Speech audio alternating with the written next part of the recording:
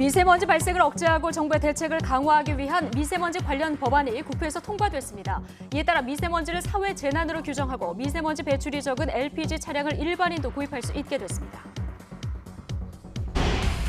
어제 나경원 자유한국당 원내대표의 문재인 대통령 김정은 수석 대변인 발언과 관련해 더불어민주당이 국회 윤리위원회에 징계안을 제출했습니다. 자유한국당은 이에 단호하게 대처하겠다는 방침이어서 전국 급냉이 불가피할 것으로 보입니다. 성관계 동영상 불법 촬영과 유포 혐의 등을 받는 가수 정준영 씨가 사과문을 발표해 관련된 혐의를 모두 인정했습니다. 정 씨는 내일 경찰에 출석해 성실히 조사받겠다고 밝혔습니다. 가수 승리 씨도 내일 경찰에 출석할 것으로 알려졌습니다. 지난달 취업자 수가 1년 전보다 26만 3천 명 늘어 13개월 만에 가장 큰 폭의 증가세를 보였습니다. 정부의 보건과 사회복지서비스 고용 확대가 일부 효과가 있었던 것으로 분석됐습니다.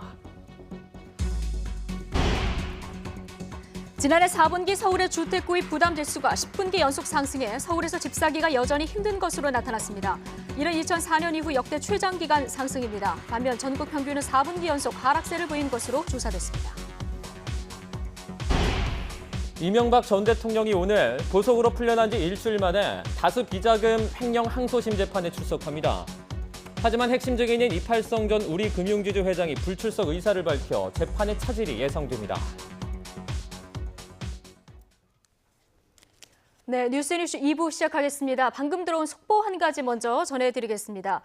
성관계 동영상 불법 촬영 그리고 유포 혐의를 받는 가수 정준영 씨. 이 정준영 씨 휴대전화를 수리했던 업체에 대해서 경찰이 압수수색을 진행하고 있습니다.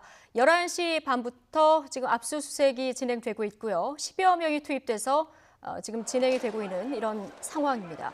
오전 11시 반부터 지금 진행되고 있는 이런 상황이죠. 네, 이번에 이슈가 된 그 정준영 씨의 동영상을 가지고 있다고 밝혀진 그 서울 강남에 있는 사설 수리업체에 이제 현재 통신 기록 등을 확보하고 있다고 하는데요. 서울지방경찰청 광역수사대가 현재 압수수색을 시행 중이라는 소식이 들어와 있습니다. 예, 다시 한번 전해드리면 정준영 씨가 휴대전화를 이전에 수리업체에 맡겼다 이렇게 얘기를 했었는데요. 이 수리업체에 대해서 지금 경찰이 압수수색을 오전 11시 반부터 진행하고 있습니다. 수사관이 10여 명이 투입된 상황이고요. 지금 승리, 정준영 씨의 이 성관계 동영상 공유 관련해서 경찰의 수사가 지금 속도를 내고 있는 이런 모습입니다. 워낙 국민적인 관심사가 지금 커진 이런 상황이라서요. 경찰 수사도 속도를 내는 모습인데 아마 내일 정준영 씨와 또 성접대 의혹을 받는 승리 씨까지 경찰에 모두 출석할 예정으로 돼 있습니다. 자, 이 내용 자세히 알아보겠습니다. 자, 박광열 기자 연결해 보겠습니다. 박광열 기자. 네, 사회부입니다. 예. 자, 두 사람이 피의자 신분으로 출석하는 건 이번이 처음이죠? 네, 그렇습니다. 승리 씨는 사흘 전 피의자 신분으로 전환된 뒤 처음으로 경찰에 나와 조사를 받게 됩니다. 외국인 투자자 접대를 위해 강남의 한 클럽에 자리를 마련하라고 지시하는 내용이 담긴 카카오톡 대화 내용 등과 관련해 수사가 이루어질 전망입니다. 정준영 씨의 불법 촬영 의심 동영상 유포 혐의는 승리 씨를 수사하는 과정에서 불거졌는데 정 씨도 내일 출석할 예정입니다. 경찰은 문제의 단체 카톡방 대화 내용이 담긴 정 씨의 원본 휴대전화 확보에 주력할 전망입니다. 지금 경찰이 확보한 건 대화 내용이 엑셀 형태로 저장된 USB인데요. 조작됐을 가능성은 적다는 게 경찰 입장이지만 원본이 아닌 만큼 증거 능력을 두고 다툼이 있을 수 있습니다. 다만 정 씨가 사과문에서 동의를 받지 않은 채 여성을 촬영해 SNS 대화방에 유포했다는 부분을 인정한 만큼 자신의 혐의를 적극 부인할 가능성은 작다는 그런 분석이 나옵니다. 이와 관련해 경찰은 조금 전부터 정준영 씨가 지난 2016년 휴대전화 수리를 맡겼던 업체에 대한 압수수색 말씀하신 것처럼 진행을 하고 있습니다. 수사관 10여 명을 동원해서 통신 기록 등 자료를 확보하고 있는데요. 지난 2016년 불법 촬영 논란 속에 경찰이 휴대전화를 제출하라고 요구하자 정 씨는 휴대전화가 고장나 이 보건업체에 수리를 맡겼고 최종 복구가 불가하다 이런 답변을 한 바 있습니다. 이와 함께 단체 카톡방에 함께 있었던 유리홀딩스 유모 대표도 내일 경찰에 출석합니다. 앞서 경찰은 단체 카톡방에 있었던 모 밴드그룹 멤버 최모 씨 등도 참고인 자격으로 조사했습니다. 네, 방금 말씀해 주신 것처럼 정준영 씨는 지난 2016년에 불법 동영상 촬영과 유포 혐의로 조사를 받고 무혐의를 받았는데 불과 몇 달 전에도 경찰이 조사를 진행했다고요? 네, 그렇습니다. 확인 결과 지난해 11월 하순쯤이죠. 경찰에 제보가 접수됐습니다. 정 씨가 몰래 촬영한 영상물이 모 휴대전화 기록물 복구업체, 사설 디지털 포렌식 업체에 있다는 내용이었습니다. 결론부터 얘기하면 이번에 자료를 제공한 그리고 지금 경찰이 압수수색을 하고 있는 업체와 같은 곳입니다. 경찰은 검찰에 2차례 압수수색 영장을 신청했지만 당시 검찰은 받아들이지 않았습니다. 피해자 주장도 없고 제보자가 직접 동영상의 존재를 본 것도 아니어서 증거가 부족하다는 이유에서였습니다. 또 2016년 수사에서 검찰이 확보했던 정 씨의 휴대전화와 같은 기종이어서 동일한 내용일 수 있다. 이런 사유도 덧붙였습니다. 만약 압수수색 영장이 당시에 나왔다면 관련 자료를 보다 빨리 확보할 수 있었을 것으로 보입니다. 자, 그런데 일부에서는 이번 정준영 씨 사건으로 본질이 묻히는 거 아니냐 이런 우려도 나오던데요. 처음에 제기가 됐었던 경찰 유착 의혹이라던가 아니면 마약 유통 문제 이런 부분들도 앞으로 수사가 계속 진행이 되는 건가요? 네, 그렇습니다. 정준영 씨가 불법 촬영 찍고 동료 연예인들이 속한 단체 카톡방에서 유포한 행위가 사실이라면 명백한 범죄 행위입니다. 동료 연예인들이 또 이에 동조하면서 문제가 되는 발언을 했다면 법적 처벌 여부는 별개로 연예인으로서의 도덕성의 치명타를 받을 수 있습니다. 다만 누가 어떤 이야기를 했다 이런 좀 지역적이고 자극적인 내용에 관심이 집중되다가 자칫 사건 핵심을 놓칠 수 있다 이런 우려도 나오는데요. 경찰은 수사에는 특별히 없다며 선을 긋고 있습니다. 담당 부서가 나누어져 있기 때문인데요. 정준영 씨 불법 촬영과 유포, 또 승리 씨의 성접대 의혹은 광역수사대 1개, 버닝썬과 경찰의 유착관계 수사는 2개가 담당하고 있습니다. 또 마약에 대해서는 서울청 마약수사계가 전담합니다. 경찰은 유착 고리로 지목됐던 전직 경찰 출신이죠. 강모 씨에 대한 구속영장도 어제 재차 신청했습니다. 앞서 지난달 21일 강 씨를 긴급 체포했던 경찰은 구속영장을 신청했지만 검찰이 조사가 부족하다는 이유로 보안 지시를 내려 불구속 상태에서 강 씨에 대한 수사를 벌여왔는데요. 경찰 관계자는 검찰 역시 이번엔 영장을 청구했고 이제 법원의 판단이 남은 단계라고 설명했습니다. 전직 경찰관이자 모 화장품 회사 임원인 강 씨는 미성년자 출입 사건 무마 조건으로 금품을 받아 경찰과 유착의 연결 역할을 했다는 의혹을 받고 있습니다.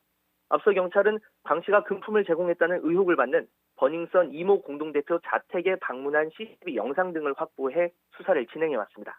지금까지 사회부에서 YTN 박광렬입니다. 네, 어제 자유한국당 나경원 원내대표의 문재인 대통령은 김정은 수석 대변인 발언을 놓고 여야의 강대강 대치가 이어지고 있습니다. 여당인 더불어민주당은 혐오의 정치이자 목리라며 국회 윤리특별위원회에 제소를 했고 한국당은 제1야당 원내 사령탑으로서 할 말을 했을 뿐이라고 맞섰습니다. 취재기자 연결합니다. 조은지 기자. 네, 국회입니다. 네. 자, 어제 본회의장이 아수라장이었는데 오늘까지 시끄럽습니다. 민주당이 결국 윤리위에 제소를 했군요. 네, 더불어민주당은 국회의안과에 나경원 원내대표 징계안을 냈습니다. 어제 발언이 촛불혁명으로 선출된 대한민국 대통령을 모독하고 국민 명예를 훼손했다는 건데요. 파장이 잦아들기는커녕 오히려 커지는 모습입니다. 오늘 민주당 회의에서는 나경원 원내대표의 발언을 놓고 태극기 집단이 써준 연설문 같았다며 문재인 대통령뿐 아니라 국민과 헌법을 모독했다는 비판이 줄을 이었습니다. 이해찬 대표는 정권을 놓친 뒤 자포자기한 느낌의 발언이라 측은하다면서 앞길 없는 사람들이라고 일갈했습니다. 홍영표 원내대표는 어제 발언이 극우와 반평화 정치, 국민 분열을 일으키는 혐오 정치이자 목리라며 나 원내대표의 사과를 촉구했습니다. 가짜 뉴스로 국민을 분열시키는 선동의 정치, 혐오의 정치를 하겠다는 목리입니다. 한국당이 눈치를 봐야 할 것은 태극기 부대가 아니라 우리 국민입니다. 네, 하지만 당사자인 한국당 나경원 원내대표는 대통령의 품격을 말했는데 제소하는 건 견강부회라며 국민 입을 틀어막는 거라고 비판했습니다. 또 이해찬 대표의 국가원수 모독죄 발언은 좌파 독재를 스스로 고백한 것이라며 여당의 언어, 나치와 군사 독재 등이 역사 공정 모습을 스스로 입증했다고 지적했습니다. 나 원내대표는 국민 분노가 표출될 거라고 자신했고 또 역대 최고의 속 시원한 연설이었다는 국민 지지를 들었다고 자평했습니다. 국민의 목소리, 아우성에 전혀 관심도 없고 이야기조차 들으려 하고 있지 않습니다. 독선과 오만의 민낯을 민의회 전당에서조차 여과 없이 드러냈습니다. 네, 바른미래당도 거들었습니다. 손학규 대표는 민주당은 지켜볼 수 없을 정도로 한심했다며 대통령의 충성 경쟁하는 모습으로 제왕적 대통령제의 문제점을 그대로 드러냈다고 꼬집었습니다. 나경원 원내대표도 저격했는데 김정은 수석대변인이나 좌파 포로 정권 같은 언어는 정치적 금도를 넘었다며 품위를 지키라고 했습니다. 손 대표는 어제 거대 양당의 모습은 막말과 고성, 몸싸움으로 얼룩진 구태 정치였다며 언제까지 그 싸움을 지켜봐야 하냐고 반문했습니다. 네, 이렇게 싸우는 와중에 법안 처리가 된 게 놀랍습니다. 미세먼지 대책이 처리가 됐죠. 네, 3월에야 겨우 막을 연 국회. 오늘은 여야가 미리 합의했던 무쟁점 법안 9개를 처리했습니다. 그 가운데 8개가 미세먼지 관련 법안입니다. 먼저 대중들 관심이 많은 내용, 앞으로는 일반인도 LPG 자동차를 살 수 있게 됩니다. 그동안은 장애인이나 국가유공자 등 일부만 살 수 있었던 LPG 차량의 구매 제한을 전면 폐지하는 건데 미세먼지를 덜 뿜는 액화 석유가스라 공기질 개선에 도움이 될 것으로 기대됩니다. 또 미세먼지는 앞으로 사회 재난으로 규정되는데 예비비 등 국가 예산을 투입해 지원할 수 있고 원인 제공자에게 피해 구상권도 청구할 수 있게 됩니다. 여기에 초중고등학교 교실에 미세먼지 측정기와 공기 정화 설비를 의무적으로 설치하게 강제했습니다. 학부모들이 관심 많은 뉴스 또 있습니다. 초등학교 1, 2학년 학생들이 방과 후 영어 수업을 받을 수 있도록 하는 개정안도 의결됐습니다. 현행 공교육 정상화법은 선행학습을 금지하는데 여기서 초등학교 1, 2학년의 영어 방과 후 학교 과정을 예외로 두는 게 핵심입니다. 올해 2달간 쉬었던 국회 일단 급한 불은 껐습니다. 나경원 원내대표 발언의 후폭풍에 또 한국당을 제외한 여야 4당이 선거제도 개편 패스트트랙 논의를 진행하고 있어서 3월 임시국회에도 빨간불이 켜졌다는 관측이 많습니다. 지금까지 국회에서 YTN 조은지입니다. 고 장자영 씨 성접대 의혹 사건의 유일한 목격자로 알려진 고인의 동료 배우 윤지호 씨가 어제 대검 진상조사단의 참고인으로 출석했습니다. 윤 씨는 이른바 장자연 리스트에 있는 언론인 3명과 정치인 1명의 이름을 검찰에 진술했습니다. 취재기자 연결해서 자세한 내용 들어보겠습니다. 양희력 기자. 네, 대검찰청입니다. 예. 어제 윤지호 씨가 검찰에 출석했습니다. 최근 고 장자연 씨 사망 10주기를 지나서 소회가 남달랐을 것 같은데 어제 참고인으로 조사받으러 나오면서 어떤 얘기를 했습니까? 예, 고 장자연 씨의 동료 배우 윤지호 씨가 검찰 청사에 나왔습니다. 대검찰청 과거사 진상조사단 조사를 위해 참고인 신분으로 출석한 겁니다. 윤 씨는 성접대 대상 명단이 포함됐다는 이른바 장자연 리스트의 유일한 목격자로 꼽히는 인물입니다. 윤 씨는 오후 3시 조사에 앞서 취재진에게 간단한 소감을 밝혔습니다. 장 씨가 작성한 문건은 유서가 아니라 억울함을 풀려던 것이라고 주장했습니다. 성접대 의혹의 당사자를 드러내려고 의도적으로 작성된 문건이라는 의미로 읽힙니다. 그러면서 문건을 작성한 경위를 밝혀달라고 진상조사단에 요청하겠다고 밝혔는데요. 직접 한번 들어보시죠. 누가 왜 언니에게 이 문건을 쓰도록 했고 왜 마지막까지 문건을 돌려줄 것을 언니가 요구했음에도 돌려주지 않았는지. 네, 조사가 2시간 넘게 진행됐다고 들었는데 윤 씨가 새롭게 진술한 부분이 있다면서요? 그렇습니다. 윤 씨는 오후 3시부터 5시 반까지 2시간 반 동안 조사를 받았습니다. 조사를 마치고 나온 윤 씨는 또 한 번 취재진의 앞에 서서 어떻게 조사받았는지 밝혔습니다. 윤 씨 측은 오늘 조사에서 성접대 명단에 포함됐다는 조선일보사 관련 인물 3명과 정치인 1명의 이름을 검찰에 진술했다고 밝혔습니다. 앞서 윤 씨는 라디오 등에 출연해 언론인 3명과 특이한 성을 가진 국회의원의 이름을 고 장자연 씨가 작성한 문건에서 보았다고 주장했습니다. 문건에서 목격한 성접대 명단을 그동안 밝히지 않은 이유에 대해서는 수사가 미비했기 때문이다. 이제는 제 입으로 발언할 기회가 생겼다며 애초부터 수사가 정확하고 명확하게 이루어졌으면 하는 마음이 있었다고 설명하기도 했습니다. 다만 해당 인물들의 실명을 공개할지는 놓고 여지만 남겨뒀는데요. 이 부분도 한번 직접 들어보시죠. 제가 아는 실명을 거론하는 것이 과연 좋은지에 대해서 많은 조언을 구하고 제가 할 수 있는 부분에 대해서는 진실을 규명하도록 최선을. 네, 장자연 씨가 숨진 지 이제 10년이 지났습니다. 10년 전에 성접대 의혹 수사가 제대로 이루어졌는지, 자, 이런 부분을 두고 진상조사가 진행 중인데 이건 어떻게 되고 있습니까? 예, 장자연 씨는 지난 2009년 3월 7일 숨을 거뒀는데 이후 장 씨가 남긴 문건이 공개됐습니다. 자신을 나약하고 힘없는 신인 배우라며 고통에서 벗어나고 싶다고 적었고요. 성접대 대상으로 보이는 유력 인사들 이름이 적힌 리스트도 함께 세상에 알려졌습니다. 하지만 수사 결과 재판에 넘겨진 건 소속사 대표와 전직 매니저뿐이었고 리스트 속 인물들은 무혐의 처분을 받았습니다. 대검찰청 과거사 진상조사단은 당시 수사 과정에 대한 재조사를 지난해부터 진행하고 있습니다. 이 과정에서 사라진 장 씨의 통화 내역을 일부 확인했고 수사망을 피해갔던 조선일보 사주 일가도 불러 조사했습니다.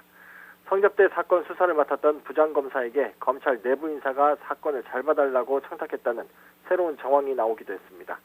그리고 어제 윤 씨에 대한 조사까지 이뤄지면서 장 씨 사건에 대한 재조사는 사실상 마무리 단계에 접어들었습니다. 이에 따라 과거 검경 수사 과정에서 부실 수사 과정을 다시 살펴본 최종 결과가 이달 안에 발표될 예정이라 주목되고 있습니다. 지금까지 대검찰청에서 YTN 양희택입니다. 네, 이명박 전 대통령이 보석으로 풀려난 지 일주일 만에 첫 재판이 오늘 열립니다. 서울고등법원은 잠시 뒤 오후 2시 이명박 전 대통령의 항소심 공판을 진행합니다. 이 전 대통령 측은 예정대로 자택에서 출발해 법정에 출석한다고 밝혔습니다. 다만 증인신문이 예정된 이팔성 전 우리금융지주 회장은 건강 문제로 불출석 신고서를 제출했습니다. 네, 이명박 전 대통령 이제 잠시 뒤면 자택을 출발해서 법정으로 출발할 것 같습니다. 외부인과의 접촉이 지금 엄격히 제한된 가운데 이 전 대통령은 재판 관련 자료를 검토하고 있는 것으로 알려졌는데요. 이 전 대통령 자택 앞에 나가 있는 YTN 중계차 연결해 보겠습니다. 부장원 기자. 네, 논현동 자택 앞에 나와 있습니다. 네, 이제 뭐 1시간 안쪽으로 자택에서 출발할 것으로 예상되는 이런 상황인 거죠? 네, 이명박 전 대통령은 오늘 오후 1시 10분쯤 이곳 자택을 출발해 서초동 법원으로 향할 예정입니다. 집안 차고에서 차량에 탄 뒤 나올 예정이어서 이 전 대통령의 모습을 직접 볼 수는 없을 전망입니다. 자택 출입구 두 곳에 경찰이 2명씩 배치돼 있는데 지금까지 별다른 특이 상황은 없습니다. 이른 시간부터 많은 취재진이 모여 이 전 대통령의 출석을 기다리고 있습니다. 차량 몇 대가 주변을 지나는 것 말고는 평소와 같이 한산합니다. 경찰은 경력 60여 명을 동원해 만일의 사태에 대비할 방침입니다. 보시는 것처럼 이 전 대통령 자택은 지상 3층, 지하 1층 구조로 되어 있습니다. 담벼락이 워낙 높고 창문에는 커튼도 쳐져 있어 내부 분위기를 알기는 어려운 상태인데요. 앞서 법원이 석방 조건으로 배우자나 직계열 쪽, 변호인 말고는 접견을 금지해 자택 출입이 엄격히 통제된 상태입니다. 오전 9시 반쯤 변호인으로 추정되는 3명이 자택 안으로 들어가는 모습이 목격됐습니다. 이 전 대통령은 변호인들과 함께 잠시 뒤 있을 재판에 대비하는 것으로 보입니다. 지금까지 논현동 자택 앞에서 YTN 부장원입니다.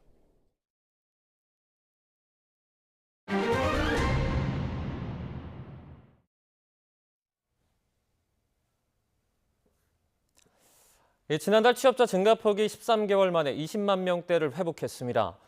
그동안 부진을 면치 못하던 고용 상황에 정부의 공공일자리 정책 등에 힘입어 모처럼 회복세를 보였는데요. 취재기자 연결하겠습니다. 김평정 기자. 네, 경제부입니다. 네, 증가폭이 20만 명대를 회복했다는 게 어떤 의미를 가질까요? 네, 그동안 고용 부진이 너무 극심했기 때문입니다. 취업자 증가폭이 전년 같은 달보다 얼마나 늘었나를 보는 건데 지난달에는 26만 3천 명 증가했습니다. 지난해 1월에 33만 4천 명 증가한 이후에 13개월 만에 최대 증가폭입니다. 지난해 7월에는 5천 명, 8월에는 3천 명으로 떨어지며 당시 고용 참사라는 평가가 나왔고 올해 1월에도 불과 19,000명 증가에 그쳤던 것에 비하면 오랜만에 회복된 수치라고 평가할 수 있습니다. 네, 어느 부분에서 일자리가 많이 늘었는지도 중요할 것 같은데 정부가 추진한 공공일자리에서 취업자 수가 많이 늘었다고요? 네, 취업자 수 증가에 공공일자리 확충이 큰 영향을 미친 것으로 분석됩니다. 전년 같은 기간과 비교했을 때 보건업과 사회복지서비스업 취업자가 23만 7천 명, 12.9%나 증가했습니다. 보건복지 분야는 공공일자리가 특히 많이 투입된 분야입니다. 농림업 취업자도 11만 7천 명, 11.8% 늘면서 취업자 증가에 기여했고 숙박과 음식점업 취업자도 1,000명 증가하면서 20개월 감소하던 것이 증가로 다시 돌아섰습니다. 네, 공공일자리가 취업자 증가를 이끈 셈이군요. 그럼 앞으로 이 추세가 이어질지는 좀 더 지켜봐야겠죠? 네, 상대적으로 좋은 일자리로 평가받는 제조업 취업자 수는 15만 1,000명 감소한 것을 보면 추세를 좀 더 지켜봐야 할 것 같습니다. 제조업 취업자 수는 11달 연속 감소하고 있고요. 일자리 창출 효과가 큰 건설업의 취업자 수도 3,000명 줄면서 2달째 마이너스를 기록했습니다. 또 공공 일자리 확충이 60살 이상 노인 취업자를 주로 증가시킨 측면도 있습니다. 60살 이상 노인 취업자는 39만 7천 명 늘었지만 30대와 40대 취업자는 각각 12만 명 안팎씩 줄었습니다. 또 15살에서 29살 청년층의 확장 실업률은 전년 같은 기간보다 1.6%포인트 상승한 24.4%에 달했습니다. 지금까지 경제부에서 YTN 김평정입니다. 봄꽃으로 유명한 덕유산에 눈이 소복이 쌓였다고 하는데요. 봄에 찾아온 꽃샘추위에 잘 어울리는 절경입니다. 함께 보시죠. 올 들어 첫 꽃샘추위가 찾아오면서 산간 지역에 반가운 봄눈 소식도 들어오고 있습니다. 지금 보시는 화면은 전라북도 덕유산 설천봉 정상 부근인데요. 많은 눈이 쌓이면서 모든 곳이 하얗게 변했습니다. 덕유산은 내륙에서는 지리산, 설악산 다음으로 세 번째로 높은 산인데요. 현재 덕유산 아래쪽의 기온은 영상 5도 정도인데 설천봉 정상은 현재 영하 8도 정도입니다. 해마다 3, 4월이 되면 늦은 눈 소식이 들려오곤 하는데요. 올해도 어김없이 산간 지역 폭설 뉴스를 전해드립니다.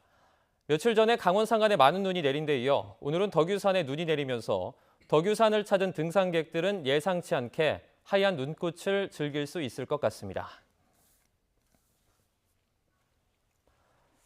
중소기업과 소상공인단체들은 임시국회에서 탄력 근로제는 확대하고 최저임금을 동결하는 입법을 해달라고 촉구했습니다. 중소기업 단체협의회는 기자회견을 열고 최소 10명 미만 영세 사업장이라도 탄력 근로제를 1년 가까이 활용하게 해달라고 요청했습니다. 앞서 경제사회노동위원회는 최장 3개월인 탄력 근로제 단위 기간을 6개월로 늘리기로 합의했습니다. 현대 기아자동차가 신한카드와 수수료율 협상을 타결했습니다. 수수료율 인상 수준은 현대차가 제시한 조정안인 1.89% 안팎인 것으로 전해졌습니다. 현대차와 신한카드는 고객 불편 해소를 최우선으로 협의해 수수료율 협상을 마무리했다고 밝혔습니다. 이와 함께 남은 삼성카드, 롯데카드와도 협상을 진행하고 있습니다. 거침없이 오르던 아파트 가격을 잡기 위해 정부가 지난해 발표했던 9.13 부동산 대책이 나온 지 꼭 반년이 지났습니다. 강력 처방으로 집값은 일단 잡았지만 문제는 시장을 좀 더 지켜보겠다는 관망세가 길어지면서 부동산 시장의 냉각기가 길어지는 점입니다. 김현우 기자의 보도입니다. 서울 용산에 있는 주상복합 아파트 단지입니다. 미군 부대 이전에 따른 공원 조성 등 개발 호재로 지난해 가을까지 3년여 동안 집값이 가파른 상승 곡선을 그렸습니다. 전용 면적 99제곱미터짜리 호가가 여전히 18억 원을 넘습니다. 하지만 지난해 9.13 부동산 대책 이후 매매 거래 자체가 사라졌습니다. 최근 넉 달 동안 매매 거래가 단 한 건도 성사되지 않았습니다. 분들은 용산 같은 지역에서는 이제 기대 심리가 굉장히 높아져 있기 때문에 소유자분들은 가격 조정을 안 해주고 있는 상황이란 말이죠. 그러다 보니까 이제 매수인들은 집 사기가 점점 어려워지고 가격은 조정이 안 되다 보니까 지난해 9.13 부동산 대책 시행 직후 전국의 아파트 매매 거래는 빠른 속도로 줄었습니다. 집을 사려는 심리, 이른바 매매 수급 지수도 6년여 만에 최저 수준으로 떨어졌습니다. 9.13 대책 이후 부동산에 대한 기대 심리가 꺾이면서 시장이 관망세로 돌아섰기 때문입니다. 부동산 시장의 봄철 성수기가 왔지만 주택 소비자뿐만 아니라 주택 사업자의 기대감도 낮은 상황. 앞으로 부동산 시장에 대한 건설사들의 기대치를 나타내는 이번 달 주택 사업 경기 실사 지수는 전달보다도 떨어졌습니다. 봄 이사철 계절적 성수기를 앞두고 있지만 거래량이 급감하면서 이사철 성수기 느낌은 나타나지 않을 전망입니다. 정부의 대책과 그리고 공급량에 따라서 지역별 양극화도 크게 나타나고 있습니다. 집값이 더 떨어질 것이라는 기대 심리와 잠시 숨 고르기를 한 뒤 다시 오를 것이라는 전망이 엇갈리면서 올해 하반기까지는 관망세가 지속될 것으로 예상됩니다. 강력한 대출 규제와 종부세 인상을 핵심으로 하는 9.13 부동산 대책은 거침없이 질주하던 집값 고공행진을 일단 멈추게 했습니다. 하지만 거래 절벽이 지속하는 등 꽉 막힌 부동산 시장에 활기를 불어넣어야 하는 숙제를 안고 있습니다. YTN 김현우입니다. 집값 고공행진은 꺾였지만 집 사기는 여전히 힘든 것으로 나타났습니다. 지난해 4분기 서울의 주택구입 부담지수가 10분기 연속 상승해 관련 통계를 작성한 지난 2004년 이후 역대 최장기간 상승세를 기록했습니다. 주택금융공사 주택금융연구원 자료를 보면 지난해 4분기 서울 주택구입 부담지수는 133.3으로 지난 2010년 2분기 이후 최고치를 기록했습니다. 반면 전국 평균은 56.6으로 전분기보다 0.9포인트 떨어져 4분기 연속 하락세입니다. 이처럼 집값 하락을 체감하기 어려운 이유는 투자 수요가 많은 재건축 추진단지 위주로 하락해 실수요자들에게 직접 피부로 와닿지 않기 때문인데요. 다음 달 아파트 공시가격 발표가 시장 흐름에 중요한 변수가 될 전망입니다. 이하린 기자가 보도합니다. 투기 수요가 효과적으로 관리되고 있다고 판단을 하고 있습니다. 아울러서 공급 측면에서도 실수요자를 위한 충분한 공급 물량이 나오고 있고 앞으로의 계획도 완비되어 있기 때문에 네, 이처럼 정부는 이딴 부동산 대책이 효과를 톡톡히 봤다고 판단하고 있습니다. 실제로 서울 월간 아파트 값은 9.13 대책 발표 이후 4개월 동안 0.89% 떨어졌습니다. 하지만 대책 발표 직전 4개월 동안 3.25%, 직전 1년 동안 9.18% 오른 것과 비교하면 아직 하락폭이 미미한 것도 사실입니다. 시세보다 수억 원 이상 떨어진 급매물이 거래된 곳은 대부분 강남 재건축 등 투자 수요가 몰렸던 곳입니다. 반면 지은 지 10년 내외의 일반 아파트는 실수요가 많다 보니 급매물이 생각보다 많지 않고 가격 낙폭도 크지 않습니다. 최근 집값 하락 소식에도 불구하고 매수 대기자들이 실제 가격 하락을 체감하기 어렵다고 말하는 이유입니다. 재건축 단지나 고가 아파트 위주로 매매 가격이 하락했고 일반 아파트는 상대적으로 조정폭이 크지 않은 데다 오히려 뒤늦게 오르면서 9.13 대책 이후 고점을 형성한 곳도 있습니다. 상승기 때 급등세를 보인 것에 비해 하락장에서는 완만한 하락 곡선을 전문가들은 당분간 거래 절벽이 이어지는 가운데 다음 달 아파트 공시가격 발표가 시장 흐름에 중요한 변수가 될 것으로 보고 있습니다. 보유세 부과 기준인 오는 6월 1일 전에 집을 팔려는 사람이 늘어날 수 있다는 겁니다. 특히 내년부터는 공시가격이 오르지 않더라도 공정시장 가액 비율 등이 높아져 보유세 부담은 점점 더 커지게 됩니다. 다만 집주인들이 증여나 임대사업 등록 등을 선택할 가능성이 있고 규제 지역 내 강력한 대출 규제로 매수자들이 돈 빌리는 것도 쉽지 않은 만큼 거래가 급격하게 증가하긴 어려울 거란 분석입니다. YTN 이하린입니다.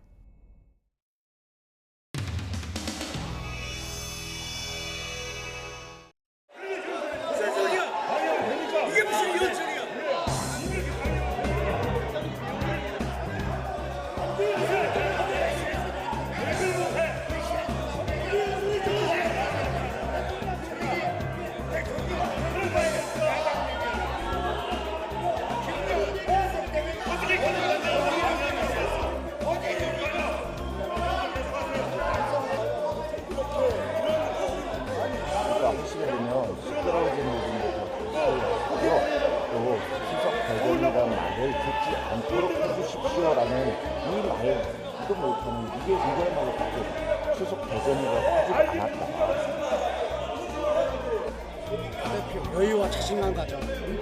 저거 배하지 말고, 알았지? 유연하게.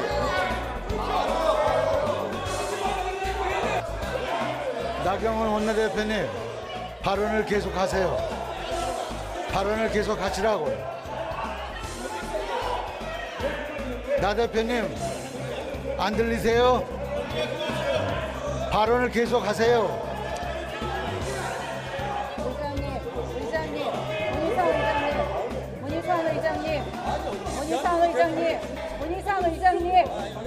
문희상 의장님, 사과를 해야 됩니다.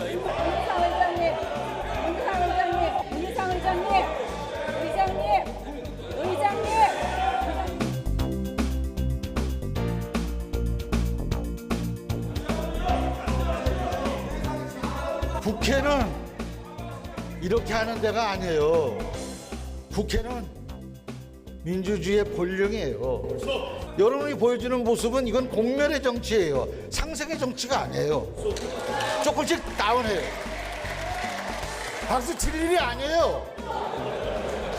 그런 말을 함부로 발언한다고 아무 발언이나 막 하는 게 아니에요. 품격 있게, 격조 있게. 그러나 얘기는 들어줘야 돼요.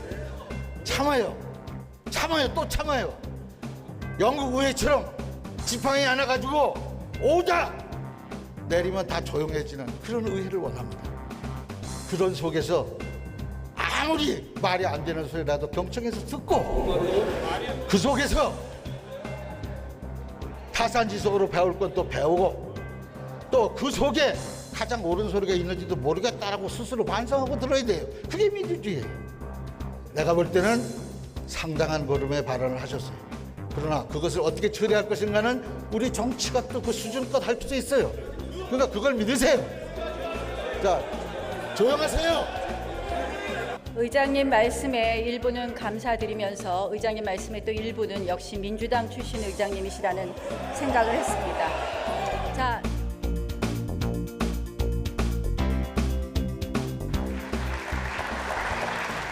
홍영표 원내대표 수고하셨습니다. 오늘 회의는 이것으로 마치겠습니다. 경청해 주셔서 감사합니다.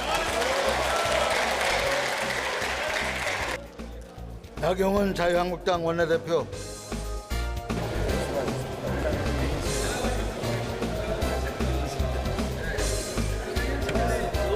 오늘 회의는 이것으로 마치겠습니다. 사내를 선포합니다.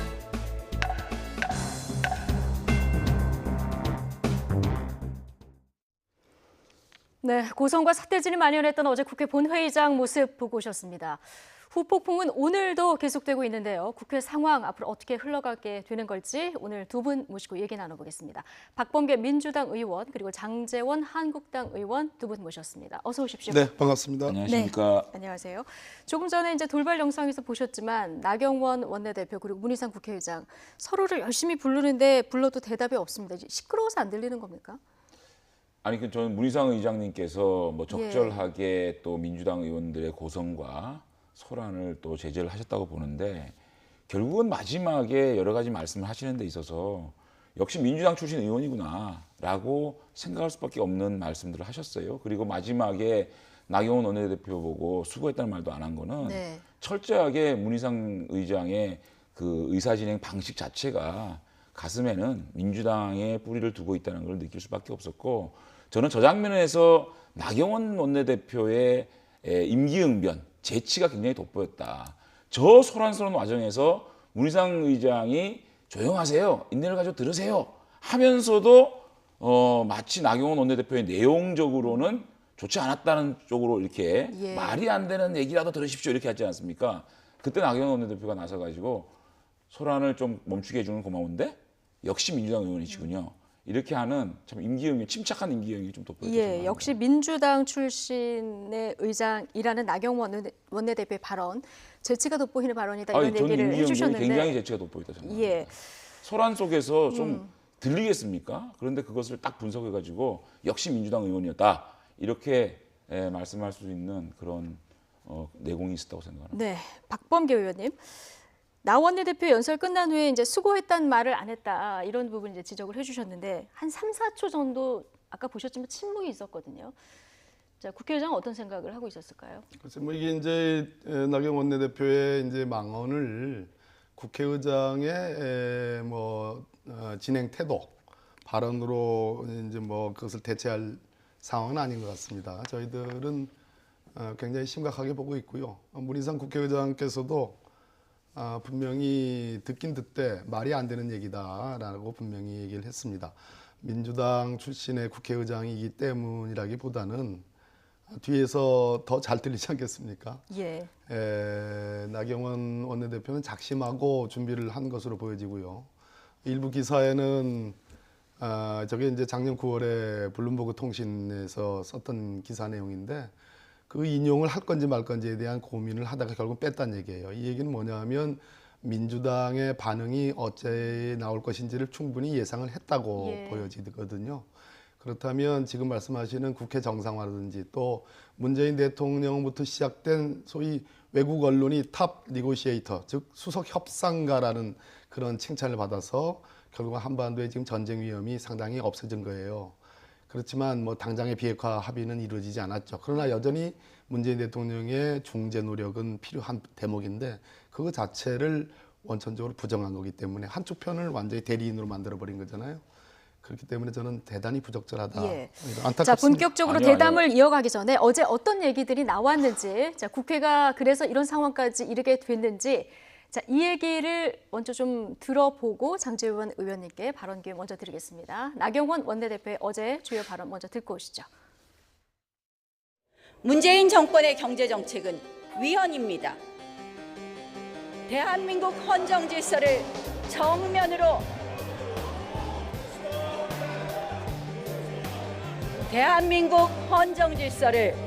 정면으로 무시하는 헌정농단 경제입니다. 먹튀 정권, 욜로 정권, 막장 정권이란 이야기를 들어도 전혀 이상할 것이 없습니다. 반미, 종북에 심취했던 이들이 이끄는 운동권 외교가 이제 우리 외교를 반미, 반일로 끌고 가는 것은 아닌지 걱정입니다. 더 이상 대한민국 대통령이 김정은 수석 대변인이라는 낯뜨거운 이야기를 듣지 않게 해 주십시오.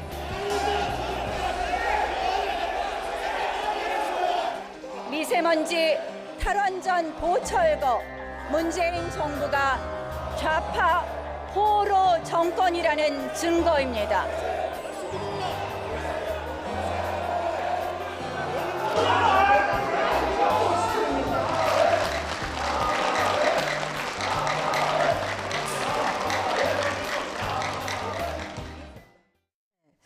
뭐 헌정농단 경제부터 해서 뭐 종북 좌파 얘기도 많이 나왔고요. 지금 가장 문제가 됐었던 것은 김정은의 수석 대변인이라는 낯뜨거운 이야기를 듣지 않도록 해주십시오. 정확한 표현을 이렇습니다. 이런데 민주당에서는 지금 항의가 나왔고요. 한국당에서는 박수가 나왔거든요. 일단 장제원 의원께 먼저 지금 다 영상에서 보셨지만 제1야당 원내대표가 지금 국민들이 느끼는 경제 파탄, 안보 파탄, 민생 파탄에 대해서 강한 의저로 단호하게 이 정도 얘기를 못합니까? 자, 수석 대변인 얘기를 좀 하시자고요. 이 단어가 나경원 원내대표가 만든 단어입니까? 새롭게 만든 단어입니까? 외신의 보도를 인용한 거 아닙니까? 이 정도를 못 듣고 저렇게 소란을 피우고 야당 원내대표의 발언을 막고 방해하고 이런 식으로까지 대통령께 충성을 해야 되는 민주당의 모습을 보니까 야, 이분들의 인식이 권위주의 시대보다 더하구나라는 생각을 했고요. 민주당이 야당일 때 대통령에 대한 모독을 어느 정도 했습니까? 서른 의원은요, 국회의장 상임위원장 연석회의에서 무슨 말을 했습니까? 대통령이 연애한다. 연애하지 않았을 거다. 했다면 더 문제지 않느냐. 여성 대통령에 대해서 연애 운운을 했습니다. 양승조 최고위원은 박정희 대통령이 암살당하지 않았느냐. 박근혜 대통령이 박정희 대통령의 길을 갈 수 있다. 이런 말씀을 하셨어요. 이종걸 당시 원내대표는 뭐라 그랬습니까? 그 X. 정청래 의원은 박근혜는 감옥 가야 된다고 그랬어요. 김광진 의원은 명박 급사 그랬습니다. 이렇게 자신들은 대통령에 대해서 이렇게 국가 원수에 대해서 모독적인 자신들이 말을 만들지 않았습니까? 인용을 한 겁니까? 이렇게 한 것에 대해서 반성은 안 하고 지금 와서 외신 보도 인용을 한 것이다. 또 이해찬 대표가 뭐라 그랬어요? 조금만 더 말씀을 드릴게요. 이해찬 대표는 국가 원수 모독죄랍니다. 그 당시에 민주당 의원들이 이렇게 대통령을 모독한 얘기를 가지고 청와대나 새누리당이 이거 왜 국가원수를 모독한 거 아니냐 그랬더니 조국 민주수석이 그 당시에 서울대 교수가 뭐라는 줄 알았습니까? 유신의 추억이 떠오른다. 이런 말씀하셨어요. 지금 근데 이해찬 대표는 이 정도 발언 가지고 국가 모독이라고 합니다. 국가원수 모독죄를 운운하고 있습니다. 자, 도대체 자신들이 하면 정의고 남들이 하면 불입니다. 네. 어떤 국민이 민주당에만 그렇게 정의를 주었는지 그런 권한을 주었는지 저는 묻고 싶습니다. 지금 민주당이 야당 시절에 했던 발언에 비하면은 과한 것이 아니다. 전체적으로는 이런 얘기를 좀 해주셨는데요. 원내 교섭단체를 대표하는 대표 연설에서 나온 적은 없습니다. 네. 민주당 의원들이 지금 일일이 운운하셨는데 예를 들어서 홍익표 당시 원내대변인은 사표를 냈어요. 그럼 사표 낼 의향이 있는지 당시에 이제 발언이 귀태 발언. 네, 의향이 있는지 여쭤보고 싶고요. 이 문제가 대통령을 충성한다 그런 차원의 문제가 아닙니다. 대통령을 국민이 뽑습니다. 그리고 문재인 대통령이 말 그대로 새로운 한반도의 질서를 베를린 선언을 통해서 제시를 했습니다. 그래서 정말 가까스로 동계올림픽을 거치면서 남북 정상회담이 3차례 있었습니다. 북미 정상회담이 2차례 있었습니다. 완전한 비핵화에 대한 합의는 없지만 쟁점은 드러났고 여전히 북한 당국과 미국 당국이 서로 간에 대한 비난을 자제하면서 대화를 모색하고 있습니다. 미국도 인정하듯이 트럼프 대통령도 인정하듯이 문재인 대통령의 중재 노력을 지금 굉장히 주의 깊게 전 세계가 바라보고 있습니다. 근데 중재를 해야 될 중립적인 위치에 있는 대한민국의 대통령 문재인 대통령을 그 당사 중에 한쪽인 북한의 대리인으로 취급을 했습니다. 본인도 아마 이 대목이 굉장히 고심했던 대목이었는지 저 연설문을 읽을 때 수석 대변인이라는 그 연설문을 제대로 못 읽었습니다. 수석 부대표라고 읽었다가 다시 읽는 일이 벌어졌습니다. 이제 신경 썼을 것이다. 신경을 썼습니다. 오랫동안 준비한 걸로 보여지고요. 블룸버그 통신이라는 최소한 외신의 인용이라는 표현만 썼어도 저는 헌법 모독이라는 얘기를 안 합니다. 이것은 헌법 모독입니다. 왜 그런 거 아니? 우리 헌법에 북한은 반국가 단체로 되어 있습니다. 그러나 우리 헌법은 평화를 지향하고 통일을 지향합니다. 통일을 하기 위해서는 대화를 아니할 수 없습니다. 그것이 과거 6.15 정상회담이고 13 정상회담이고 문재인 정부에 들어서서 2차례의 정상회담의 그 방식입니다. 그렇다면 외교에 있어서 초당적이라는 말은 차마 꺼내기도 무색할 정도로 오로지 적대와 말 그대로 원수적으로 대하는 그러한 감정만 섞여 있는 겁니다. 이렇게 되면 문재인 대통령이 외국에 나가가지고 북미 정상회담을 다시 뭔가 성과를 내기 위해서 중재자 역할을 하는 데 있어서 상당한 이미지의 타격을 지금 입게 되는 겁니다. 그런데 왜 이런 말이 나왔을까? 저는 이 연장선상이 결국은 지난 전당대회 연장선상으로 보는 겁니다. 자유한국당이 급속하게 우경화하고 있습니다. 헌법을 아주 좁게 해석을 합니다. 우리 헌법에서 반국가 단체라는 북한의 어떤 그 위치를 강조해서 보기 때문에 평화를 지향하고 통일을 지향하는 그런 대통령의 그런 접근에 대해서 북한의 대리인이라는 표현을 쓰는 겁니다. 북한 김정은의 수석 대변인이라는 표현을 쓰는 겁니다. 그렇기 때문에 저희가 걱정하는 것은 이 전당대회부터 시작된 자유한국당의 이 우경화가 오로지 30% 지지율에 취해가지고 그 국민들만 대상으로 하는 것이고 정말 평화를 지향하고 통일을 지향하는 많은 국민들은 안중에도 없고 그렇기 때문에 참으로 걱정된다. 앞으로도 아마 이와 같은 하더라도 써서는 안 될 표현이다. 거기다가 우경화의 연속선상에서 나온 외신 발언이다. 보도를 인용한 것을 급격한 우경화라고 보는 민주당이야말로 외신에 대한 한마디도 못하고 자유한국당에 그렇게 비난을 퍼붓는 것이 급진적인 좌경합니다. 자, 원내대표 연설에서는 뭐 대통령을 모독하지 않았다고 하지만 그 엄중한 국회의장이 초청한 상임위원장 연석회의에서 대통령, 여성 대통령으로부터 연애운을 한 거, 그럼 서른 의원은 사퇴했습니까? 자, 그렇게 비교하면 안 되고 그다음 하나 말씀드릴게요. 미국의 펠로시 의장은 뭐라 그랬습니까? He just not worth it. 트럼프 대통령을 가치 없는 사람이라고 그랬습니다. 그거는 모독이 아닙니까? 적어도 민주당의 대표적인 의원은 이렇게 트럼프 대통령 보고 강하게 얘기할 수 있는 겁니다. 자, 펠로시 의장이 트럼프와 김정은의 핵담판을 보고 뭐라 그랬습니까? 이것은 북한을 비핵화시키는 게 아니고 남한을 무장해제시키는 것이다. 이렇게까지 이 미국 정상회담을 아주 폄훼를 했습니다. 자, 이런 미국의 펠로시 의장의 발언이 막말입니까? 정확하게 트럼프 대통령의 문제점을 지적하는 거 아닙니까? 이런 것을 뭐 헌법의 모독이다, 국민을 모독한 것이다, 급속한 우경하다 이렇게 얘기하는 민주당이 도대체 왜 이렇게 과잉 반응을 하고 과민 반응을 하는지 저는 납득이 안 됩니다. 자, 그런데 이 수석 대변인 이 부분 전에 지금 뭐 반미 종북에 심취했던 이들이 이끄는 운동권 외교라던가 뭐 좌파라던가 이런 단어들이 여러 번 이제 쌓여서 나왔기 때문에 민주당에서는 아마 이런 부분에 대한 문제를 같이 잠깐만요. 제기하는 제가 할 차례입니다. 그 가치 없는 사람, 펠로시 의장이 하원 의장이 트럼프 대통령을 가리켜서 가치 없는 사람이라고 표현한 것과 북한이 지금 우리 헌법의 어떤 위치예요? 반국가 단체입니다. 그래서 국가보안법이 서슬퍼르게 지금 살아 있어요. 그죠? 그렇지만 통일과 평화를 지향하기 때문에 대화를 안 할 수 없습니다. 그렇지 않습니까? 그런데 우리 국민들 뇌리에 빨갱이란 단어, 냉전적 사고가 그대로 남아 있습니다. 가슴속 깊이 그게 담겨져 있습니다. 그렇기 때문에 5.18 저 망언에 대해서 많은 국민들이 여야를 떠나서 정말 그 지역을 떠나서 계층을 떠나서 다 분노하고 있는 거예요. 그렇지 않습니까? 근데 즉 사람의 색깔을 낙인을 찍는다는 겁니다. 대통령인 국가 원수에 대해서 국민이 직선제로 뽑은 대통령에 대해서 낙인을 찍는 거예요. 헌법을 좁게 해석하기 때문에 해석을 아니 잠깐 들어보세요. 헌법을 지금 좁게 누가 지금 발언을 많이 하고 있습니까? 헌법을 좁게 해석하기 때문에 바로 국가보안법적인 해석을 하기 때문에 그렇게까지 외신을 인용한 것을 그럼 외신은 그 당시에 블룸버그에서 왜 항의 안 했습니까? 잠깐만요. 왜 대통령을 대한민국 대통령한테 낙인 찍는다 왜 얘기를 안 했습니까? 김정은의 수석 대변인이라는 그 표현은 나경원 대표가 이걸 만든 단어입니까? 블룸버그 인용한 겁니다. 만든 단어예요? 국민들이 그 블룸버그 통신에 그게 인용이 됐다는 것을 얼마나 알아요? 자, 이미 얘기를 했고요. 저 방송은 좀 들어보세요. 좀 맞아. 나경원 원내대표의 저 원내단 교섭단체 대표 연설은 시청률이 꽤 나오는 생중계가 되는 방송입니다. 전 국민을 상대로 하는 거예요.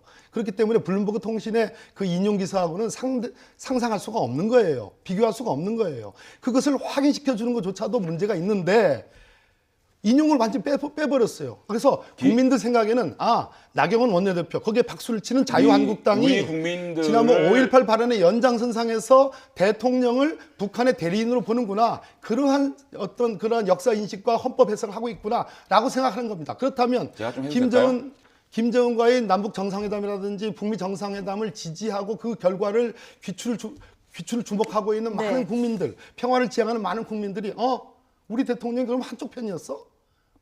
이렇게 생각하는 수가 있다는 겁니다. 그렇기 때문에 그것은 모독이고 명예훼손이라는 얘기입니다. 자, 인용을 했더라도 문제가 될 수 있다는 우리 국민들이 외신 정도도 안 보는 국민들로 폄훼하십니까? 블룸버그 통신에서 김정은의 수석 대변인이다. 문재인 대통령이 김정은의 수석 대변인이라는 얘기는요. 대부분의 국민들은 그 보도가 나온 것을 다 알고 있습니다. 나경원 원내대표가 굳이 어떤 매체에서 이 말이 나왔다는 얘기를 안 해도 우리 국민들은 그 블룸버그 통신을 통해서 문재인 대통령이 김정은의 수석 대변인이라는 얘기가 나왔다는 걸 다 알고 있습니다.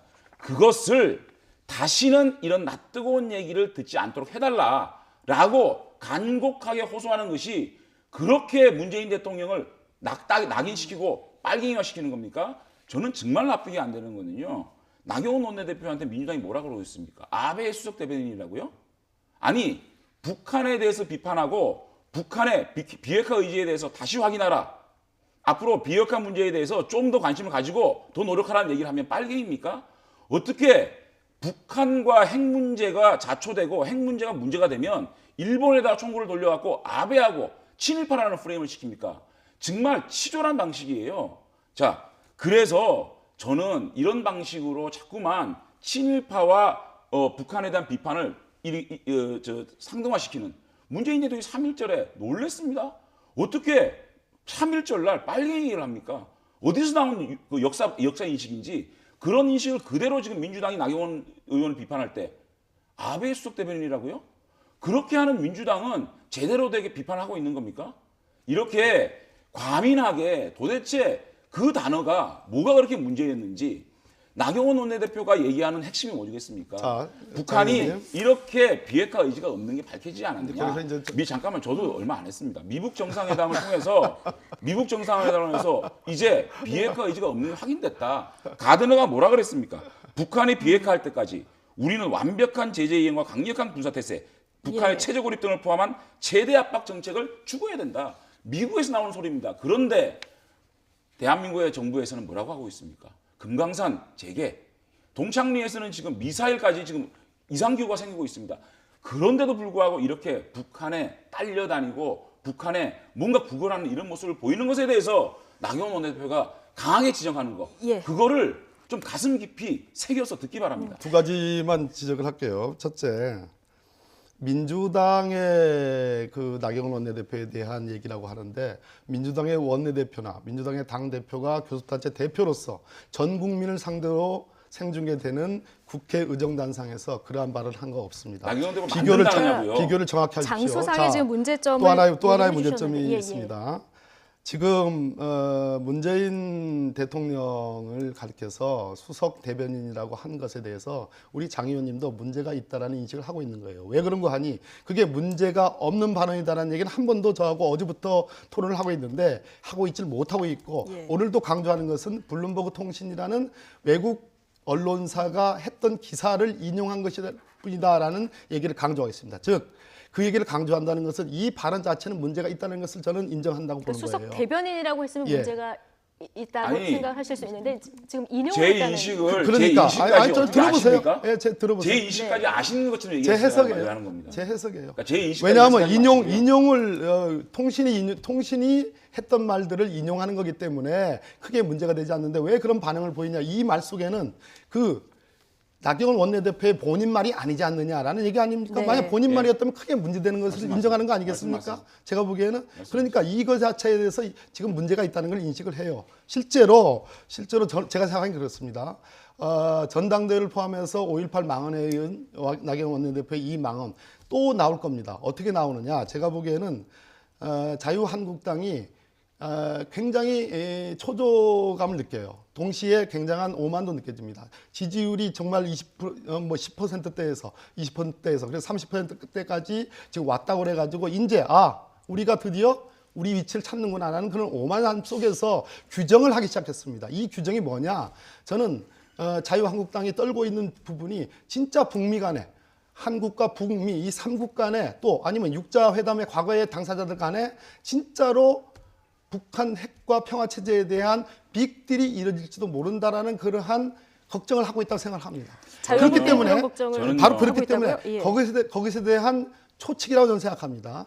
바로 그래서 이것이 잘 되지 않기를 바라는 그러한 내심이 있기 때문에 지금 민주당이 어저께부터 이 발언 가지고 이렇게 화들짝 놀라가지고 이렇게 과잉 반응하고 심지어 윤리위에 나경원 원내대표를 제소까지 하는 이런 것을 왜 할까? 그리고 왜 이렇게 오늘 박범계 의원님께서 와가지고 뭐 자유한국당이 화들짝 놀라서 초조하고 긴장한다 이렇게까지 확대 해석을 하는지 혹시나 나경원 원내대표가 북한에 끌려다니고 있는 비핵화는 못 시키고 북한의 비핵화 의지가 있다라고 북한의 입장을 말하고 있는 이 정부의 속살이 들켜서 화들짝한 건 아닌가? 자, 대통령의 지지율이 이렇게 데스크로스가 돼가지고 부정평가가 더 높아지는 것에 대해서 떨고 있는 건 아닌가? 민주당 지지율이 37%로 떨어지고 자유한국당이 30% 올라가니 이게 골든크로스가 나오지 않겠냐는 초조감 속에서 이렇게 과잉 반응하는 거고 두 번째, 의원들이 이렇게 과잉 반응하는 게 뭘까? 정말 민주당이라는 당이 국회의원들이 경직돼 있구나. 대통령의 비판을 조금도 수용 못하는 그래서 과잉 충성을 해가지고 민주당을 좀 이렇게 우리에 가둬버리는 그리고 민주당의 노선 자체가 대통령의 한마디면 민주당이 일사불란하게 움직이는 그런 모습들을 반증하고 있는 그래서 저는 이러한 나경원 원내대표의 아픈 말이라도 당시에 듣고 아주 듣기 어려운 얘기지만 듣고 거기까지도 녹여서 자기 걸로 만드는 것이 이 민주당이 집권세로 성공할 수 있는 길이다 이렇게 충고하고 싶습니다. 지금 어제 오늘 보니까 우리 장재현 의원님이 참 나경원 원내대표에 대한 충성에 비하면 우리 민주당이 문재인 대통령에 대한 충성은 참 세 발의 피입니다. 제가 보기에는 언제부터 이렇게 장재현 의원님이 그렇게 원내대표를 그렇게 칭찬하는지 저는 참 놀라울 일인데요. 자, 잠깐만요. 여기서 지금 더 지나가면 안 될 것 같고요. 이런 식으로 인신공격을 하고 있습니다. 제가 나경원 원내대표를 객관적으로 지금까지 비판할 지면서 비판했고 칭찬할 지면서 칭찬을 했습니다. 그런데 제가 이 부분에 대해서 민주당이 과잉 반응하는 것에 대해서 나경원 원내대표가 민주당이 그 정도로 과잉 반응하는 거 잠깐만요. 조금만 들어보세요. 그런 발언에 좀 대해서 들어보시라고. 난 납득이 안 되고 나경원 의원의 발언이 크게 문제가 없었다. 이 정도는 민주당이 수용할 수 있는 발언이다라고 얘기한 거를 나경원 원내대표한테 충성한다? 어떻게 그렇게 이 대화를 하면서 토론을 하면서 그게 상대 패널에 대해서 모독을 하십니까? 바로 그 점입니다. 민주당이 국가 원수에 대해서 모독하지 마라. 국가 원수의 정책, 통일 정책, 평화 정책, 그 북한 핵에 대한 정책에 대해서 국민적인 지지도가 높다. 그런 측면에서 대통령을 이 부분에서는 초당적으로 도와줘야 된다라는 그러한 우리의 요구가 있는데 그 요구에 반한 완전히 물을 끼얹는 그러한 강성 발언을 했어요. 그 발언에 대해서 민주당이 반응을 강하게 하는 것은 그건 충성의 문제가 북한에 아니고 대한 인식을 좀 말 좀 들어보세요. 좀 북한에 대한 인식을 바꾸라는 말이 잠깐만요. 그렇게 민주당을 자극하고 북한에 대한 인식을 바꾸라고 안 했잖아요. 충성으로 가지고 볼 수가 없는 수석 거죠. 대변이나 그렇지 않습니까? 자, 들어보세요. 그것을 충성이라고 지금 평가를 했습니다. 그렇기 때문에 저도 역시 마찬가지로 장 의원님에 대해서 평가를 하는 겁니다. 듣기 싫지요.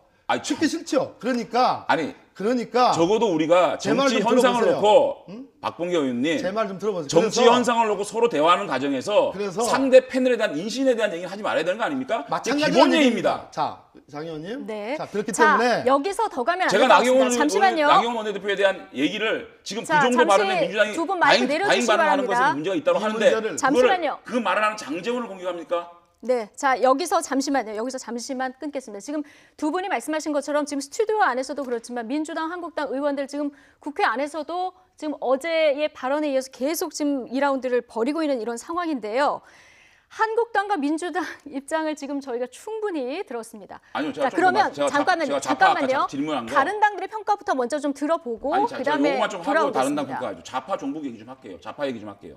왜 이렇게 좌파 얘기에 대한 나이가 나오느냐? 지금 문재인 정부가 들어서 2년 만에 대한민국 경제가 어떻게 파탄이 났습니까? 19년 만에 122만의 실업자 시대, 사상 최악의 실업률 기록하고 있습니다. 자, 더불어 잘 살겠다는 이 민주당 정부가 들어서 가지고 지금 양극화가 최악으로 벌어지지 않겠습니까? 소득 1분위에 소득이 37%가 폭감이 됐습니다. 자, 이런 것이 왜 그러냐? 최저임금 30%의 극한 인상을 통해 가지고 전부 다 어려운 사람 길거리에 나앉지 않았습니까? 이러한 국가가 국민의 주머니를 채워줄 수 있다. 국가가 일자리를 만들 수 있다. 이런 망상 자체가 저는 국가주의라고 보는 겁니다. 네. 더 나아가 전체주의고 전체주의는 좌파로 통할 수 있는 얘기 아닙니까? 그래서 그러한 민생 파탄에 대한 어려움, 국민들의 어려움을 제대로 생각해라라고 좌파로 붙인 겁니다. 이거 뭐 어떻겠습니까? 우리 보고 급격한 우경하라고 얘기하면서 급격한 작용하라고 하고 있는 민주당은 그 얘기는 왜 안 듣습니까? 자, 알겠어요. 장 의원님. 발언권 드리고 자, 그런 비판을 할 수 있습니다. 예? 그런 색깔을 붙일 수도 있습니다. 질문이 좌파를 왜 썼냐 그래서 내 얘기를 좀 들어보세요. 이제 좀 그런 얘기 할 수 있습니다. 그런 비판할 수 있습니다. 더군다나 경제에 대한 시각을 달리할 수도 있습니다. 그래서 대한민국 경제를 좀 살려보자.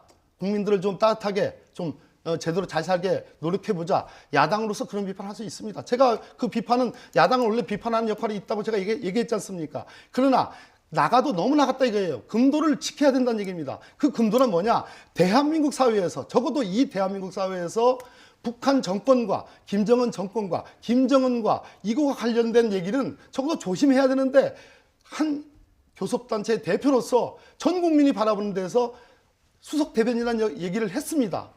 스스로도 이것이 문제가 있다고 생각했는지 말을 더듬었습니다. 그리고 지난 일주일 동안 기사를 보면은 이것을 과연 인용 문구를 넣을 건지 말 건지에 대한 고민이 있다는 그런 기사도 있습니다. 그런데 뱉었습니다. 예? 이거는 어떻게 평가합니까? 좌파니 뭐니? 그거는 뭐 규정할 수도 있습니다. 그것도 역시 색깔론으로 지금 21세기에 맞지 않는 규정이긴 하지만 그러나 그걸 더 넘어서 누구의 사람과 관련된 더군다나 그 사람이 우리나라의 대통령이고 우리나라 국민이 뽑은 우리나라의 국가 원수라 측면에서 지금 북미 간에 조정을 하고 협상을 하고 중재를 하는 그런 역할을 맡고 있는 대통령을 이런 지하에 한쪽의 당사자의 지금 말씀하시는 동안 속보가 들어와서요. 잠시만요. 자, 이제 저한테 질문권을 좀 주시기 바라고요. 저희도 뉴스를 진행해야 되는 지금 속보가 들어왔기 때문에 전해드리고 가겠습니다. 자, 대표 속발 문말부터 주시면 앞서 민주당에서 이제 나경원 원내대표 윤리위 제소를 결정했는데요. 한국당에서 지금 민주당 어제 홍영표 원내대표가 나경원 원내대표의 발언을 저지해서 그렇습니까? 윤리위 제소를 결정했다. 이런 얘기가 들어왔습니다. 지금 양쪽 다 지금 윤리위 제소를 한 이런 상황인데요. 자, 일단 장제원 의원님. 자, 저는 지금 박범계 의원님 말씀 중에 납득이 안 되는 게 경제 문제에 대한 지적을 할 수 있는데 북한 문제에 대한 지적하면 안 된다? 북한 문제에 대해서는 더더욱 아니 좀 그렇게 들으세요. 해석합니까? 어떻게? 좀 들으세요. 예? 사람과 관련된 규정을 하지 말라고 그랬잖아요. 성격을 규정하는 건 있을 수 있다는 얘기해요? 얘기입니다. 야당이기 때문에. 자, 계속 하시겠어요? 그런데 사람을 누구의 사람이다, 누구의 대리인이다, 누구의 대변인이다 이렇게 규정하는 것은 나가도 너무 나갔다 이런 얘기입니다. 더구나 대통령을 교섭단 대표 연설을 하면서 한다는 것은 너무 나갔기 때문에 장 의원님도 거기에 대한 지금 변명을 하고 있는 거 아니겠습니까? 얘기할까요? 북한 문제에서만큼은 그렇게 성역입니까? 북한 문제에 대해서는 더더욱 날카롭게 더더욱 강하게 비판해야 됩니다. 그것이 설령 대통령이라고 할지라도 우리의 국민의 5천만 국민의 생명과 재산이 걸린 가장 큰 문제 아니겠습니까? 핵 위험, 핵 도발을 가지고 대통령이 지금 미국 정상회담이 깨지고 영변 얘기 외의 얘기가 나오니까 이 미국 정상회담 자체가 결렬되는 상황에서도 금강산재계 개성공단 얘기하고 있습니다. 여기에 대해서 왜 이렇게 북한의 입장만 얘기하느냐? 북한의 입장을 반대되는 입장을 얘기를 좀 들으시라는 얘기를 우리는 더 강력하게 해야 됩니다. 경제 문제보다 오히려 더 북한 문제, 안보 문제 더 얘기를 해야 되는 것이고요. 자꾸만 선을 넘었다 그러는데 나경원 원내대표가 만든 얘기였다면 이게 수석 대변인이라는 얘기가 만든 얘기입니까? 그런 얘기가 있지 않습니까? 그런 얘기가 하지 않았습니까? 외신에서 하지 않았습니까? 그 얘기를 들어보세요. 저 표현에 동의하십니까? 그 얘기를 그걸 동의하고 안 하고 내가 지금 왜 그 질문에 대답을 해야 됩니까? 좋아요. 자, 그 수석 대변인이라는 얘기는 이미 나온 얘기입니다. 다시는 예. 이 단어를 듣지 않도록 노력해달라. 네. 못할 얘기입니까? 계속 나간 얘기입니까? 반복되는 얘기가 지금 반박이 이어지고 있어서요. 계속 반복하고 있습니다. 박범계 의원께서. 그러니까 이제 두 분 이 얘기는 이제 그만하시고 지금 속보 들어온 거에 대해서 잠깐만요. 나경원 의원이 장제원 의원님. 만든 얘기가 아닌데도 불구하고 그것을 마치 나경원 의원이 그 문재인 대통령이 김정은의 수석 대변인이다라고 한 것처럼 이렇게 얘기의 본질을 왜곡하고 호도하고 가지 않습니까? 거기에 대해서 계속 쳇바퀴 도는 얘기를 하고 있는 겁니다. 동의하시냐고요? 그 표현에. 대통령이 수석 대변인이라고요? 아니, 문재인 대통령이 김정은 수석 대변인이라는 얘기요? 그 표현에 동의하십니까? 저는 동의 안 합니다. 동의 안 하시잖아요. 동의 안 합니다. 그죠? 그런데 블룸버그에서 그 얘기를 한 건 그겁니다. 사실입니다. 그리고 대통령이 외신으로부터 다행이라고 이 생각해요. 얘기를 듣지 말아야 한다는 건 동의합니다. 우리 장재현 의원님이 동의 안 한다는 그 발언을 높이 평가합니다. 다행이라고 생각하고요. 우리가 많은 그 대화를 나눴습니다. 여러 방송에서. 뭐 방송 말고도 바깥에서 나눈 대화도 있고요. 충분히 저는 저 발언을 막을 수 있었다고 봐요. 예, 알겠습니다. 자, 지금 계속 속보문발을 저희가 보여드리고 있었는데 자, 두 분이 앞서 이 관련한 내용, 어제 내용 관련해서는 충분히 토론을 하신 것 같고요. 지금 민주당에서도 오전에 나경원 의원 징계안을 윤리위에 제출을 했고요. 지금 전 속보를 보셨습니다마는 한국당에서는 또 거꾸로 홍영표 원내대표를 윤리위에 제소를 결정했다는 거 소식을 저희가 전해드렸고요. 그러니까 대표 연설을 조직적으로 방해했다 이런 그 의미인 것 같은데 오후 의원총회 또 한다 그럽니다. 저는요. 예, 그러면 추가로 또 제소를 당연히 홍영표 원내대표가 윤리위에 제소를 당해야 된다고 생각합니다. 역대 국회에서요. 제1야당 원내대표의 대표 연설을 이렇게 방해하고 저 당의 원내 지도부, 그러니까 원내 사령탑이 직접 의장한테 올라가서 항의하고 거의 반말로 무슨 말이야 사과해 이렇게 국민들이 다 듣는 앞에서 상대 카운터파트를 모욕을 하고 이렇게 의사방해를 제가 알기로는 25분에서 27분을 방해한 걸로 알고 있습니다. 예. 민주당 의원들 다 윤리에 제소할 수가 없으니 이것을 끌고 가고 이렇게 의사진의 방해를 유도하고 가장 책임 있는 홍영표 대표를 윤리에 제소하는 것은 너무 당연한 생각입니다. 일단 적어도 예. 제1야당의 원내 대표 연설입니다. 예. 어떤 말하도 문희상 의장도 얘기하지 않았습니까? 인내라고 들어라. 근데 민주당에서 만약에 나경원 원내대표를 윤리에 제소하지 않았다면은 이런 절차는 없었을까요? 아니면 별도로 이루어졌을까요? 가정을 해서 얘기하지 마십시오. 예. 적어도 저는 때문에, 나경원 예. 원내대표가 이 정도의 발언은 대한민국이 자유민주주의의 나라고 언론의 자유가 있는 나라입니다. 예. 언론의 자유가 있는 나라입니다. 이 정도 말을 못해서 이 정도 말해서 윤리에 제소당할 문제가 아니라고 생각합니다. 예. 지금 뭐 다른 당에서는 천하의 장제원 의원이 나경원 원내대표의 저 발언은 동의할 수 없다라고 얘기를 인정을 했어요. 자, 저 자유한국당에서 중요한 당직을 많이 맡고 계십니다. 그리고 대표적인 논객이기도 하고요. 그리고 지명도도 있으신 의원입니다. 자, 저 발언이 문제가 있다는 것은 다 알아요. 표현의 자유라는 거, 언론의 자유라는 것도 다 헌법적으로 한계가 있는 겁니다. 근데 그 금도를 넘은 거예요. 홍영표 원내대표 오죽했으면 저기 뛰쳐나가가지고 저렇게 했겠습니까? 솔직한 얘기로. 장제원 의원님조차도 인정할 수 없는, 동의할 수 없는 저 표현을 원내대표가 요거는 좀 바로 썼습니다. 잡을게요. 요거 좀 바로 잡을게요. 그렇게 몰고 가지 마시고 제가 말씀드린 이미 거는 버스 떠났는데. 블룸버그 아니죠. 그거 제 말씀을 곡해하지 마시고 호도하지 마십시오. 블룸버그에서 얘기한 문재인 대통령은 김정은이 수석 대변인이다. 이 말은 동의 못한다. 다만 나경원 원내대표가 어저께 발언한 이 발언에 대해서 다시는 다른 외신이나 네. 여러 보도에서 이런 말 듣지 않았으면 좋겠다. 예. 이 말은 100% 동의한다는 얘기입니다. 어떻게 예. 이렇게 또 말을 바꿉니까? 왜 바꿉니까? 돌려보십시오, 영상. 이건 장제원 의원께서 자, 수석 대변인이란 말은 동의하지 못하지만 아니, 나경원 블룸버그 통신의 보도는 동의 못하지만 나경원 원내대표는 인용을 했기 때문에 이제 동의한다 이렇게 왜 얘기를 해주셨습니다. 나경원 원내대표가 문재인 대통령은 김정은의 수석 대변이다 이렇게 얘기했습니까? 자꾸만 이 예. 문장을 꼬아가지고 호도하고 선동 좀 하지 마십시오. 자, 근데 제가 지금 질문을 드리는데 어떤 질문을 드려도 지금 똑같은 얘기로 돌아오고 계시는 이런 상황이거든요. 넘어갑시다. 예, 지금 민주당에서는 다른 당에서는 그런데 이제 나경원 원내대표 발언이 과한 측면에 있어도 윤리위 제소까지 가는 것은 조금 그것도 넘치는 건 아니냐 이런 얘기도 나왔었거든요. 자, 이미 제소가 된 상태고요. 앞으로 원내대표 사퇴 얘기까지도 민주당에서는 나오는 것 같은데 어떻게 앞으로 끌어가실 생각이십니까? 그래서 제가 끌어가는 건 아니고요. 네. 이 문제가 이제 서로 상호간의 윤리 제소까지 갔는데 제가 국회의원 돼서 최초로 맡은 그 당내직이 국회 윤리특위 간사였습니다. 근데 윤리특위는 가기만 가고 저기를 떠나질 못합니다. 그래서 저것이 과연 어떤 실효적인 그 제재 방안인지에 대해서는 좀 의문점이 있고요. 자, 이 문제에 대해서는 저는 어떤 형태로든 저는 이 문제가 해소가 돼야 된다고 생각합니다. 적어도 제가 상대하는 우리 장 의원님 정도의 인식 수준, 아까 말은 바꾸셨지만 이 발언이 자체가 박수받을 일은 아니다라는 것은 동의하는 것 같습니다. 제가 보기엔 그렇습니다. 아닐는지도 모르겠지만 만약 그러한 인식에 기초한다면 서로 간에 타협볼 부분이 있습니다. 오늘 다행스러운 것은 어제 그 사태가 있었지만 국회는 또 돌아갔습니다. 네, 국회 미세먼지 법안. 여러 상임위에서 미세먼지 관련된 한 7, 8개의 법안들이 다 통과돼가지고 오늘 본회의도 말끔하게 통과가 됐습니다.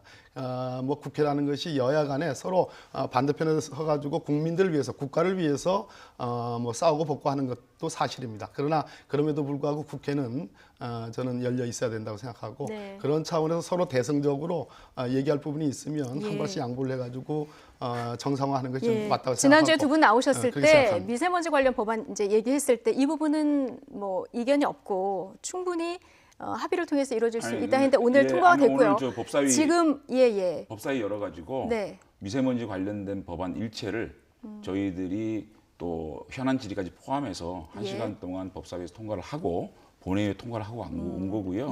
저희들은 안보 문제, 경제 문제, 그러니까 나경원 원내대표가 마지막 부분에 7가지의 협치의 제안을 했습니다. 심지어 저희가 북한에 대북 특사까지 보내서 만약에 북한이 완벽한 핵폐기를 한다면 경제 지원을 하겠다. 한국 내에 북한을 가장 의심하는 우리 보수 진영에서도 그렇게 약속하겠다라고 얘기하면 문재인 대통령이 핵 문제를 컨트롤하는 게 쉽지 않겠느냐는 협치의 제안까지 한 겁니다.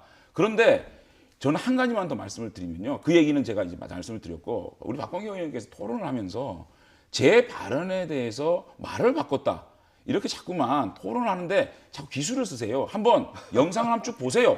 제가 말을 바꿨는지 분명히 통신 문제하고 나경원 원내대표의 발언하고 어떻게 됩니까?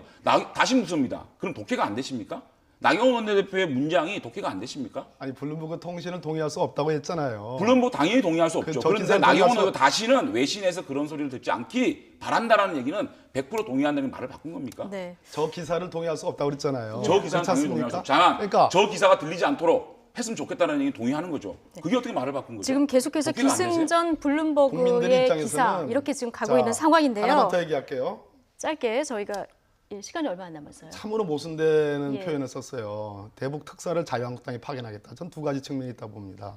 첫째는 저 속내에는 문재인 정부를 인정하지 않고 싶어 하는 그런 속내가 저는 있다고 봐요. 그렇기 때문에 우리 국민들이 직선제로 뽑은 정통성 있는 대통령을 북의 수석 대변인이라고 지칭을 한 겁니다. 그 기사를 인용한 겁니다. 근데 인용 문구를 쏙 빼버렸습니다. 국민들 귀에는 저것이 인용 문구인지 아닌지 모릅니다. 저것이 나경원 원내대표의 인식으로 국민들은 받아들이는 거예요. 두 번째, 그러고서도 자유한국당이 북한에 특사를 파견한다. 김정은 위원장은 문재인 대통령과 3차례 남북 정상회담을 했습니다. 서로 간에 신뢰가 확인되지 않고서는 불가능한 겁니다. 그런데 대북 특사를 파견한다. 그것이야말로 완전한 모순 아니겠습니까? 북한이 그걸 받아들이겠어요? 말도 안 되는. 민주당이 왜 저렇게 옹졸한지 모르겠어요. 말도 안 되는 제안을. 협치하자 그래놓고 우리가 지금 사실 대한민국에서 우리 진영이 북한을 가장 의심하고 있고 북한의 비핵화 의지를 가장 의심하고 있는 사람들 아닙니까? 그 사람이 직접 가서 여러분들이 완벽한 핵폐기를 하면 우리가 분명히 도우겠습니다라고 얘기하는 거, 그렇게 하겠다라는 거를 그래 자유한국당이 대승적으로 북한 문제에 대해서 도와줘 고맙다라고 해야지. 그 의도가 불손하다. 두 가지 의도다. 정치적 의도다 얘기하는 거는 정말 우리한테 협치하자는 얘기는 거짓말입니까? 자, 한국당의 독자적인 대북 특사가 가능한지 이거는 저희가 따로 시간을 내서 의견을 듣도록 하고요. 오늘 너무 장시간 두 분 이제 의견을 들었는데요. 국회를 국민들이 보기에는 협치하자고 해도 우리의 협치의 의도를 정말 장재원 의원님, 장재원 의원님, 박범계 의원님 지금 밖에서 정말 끝내야 된다 이런 얘기가 들어왔습니다. 어쨌든 국민들은 국회에서 싸우는 모습 이건 정말 보기 싫어하니까요. 모처럼 열린 국회가 좀 정쟁으로 치닫지 않았으면 좋겠습니다. 그리고 다음 주 수요일에 나오실 때는 저의 질문권도 좀 보장해 주시면 감사하겠습니다. 오늘 두 분 너무 고맙습니다. 네, 고맙습니다.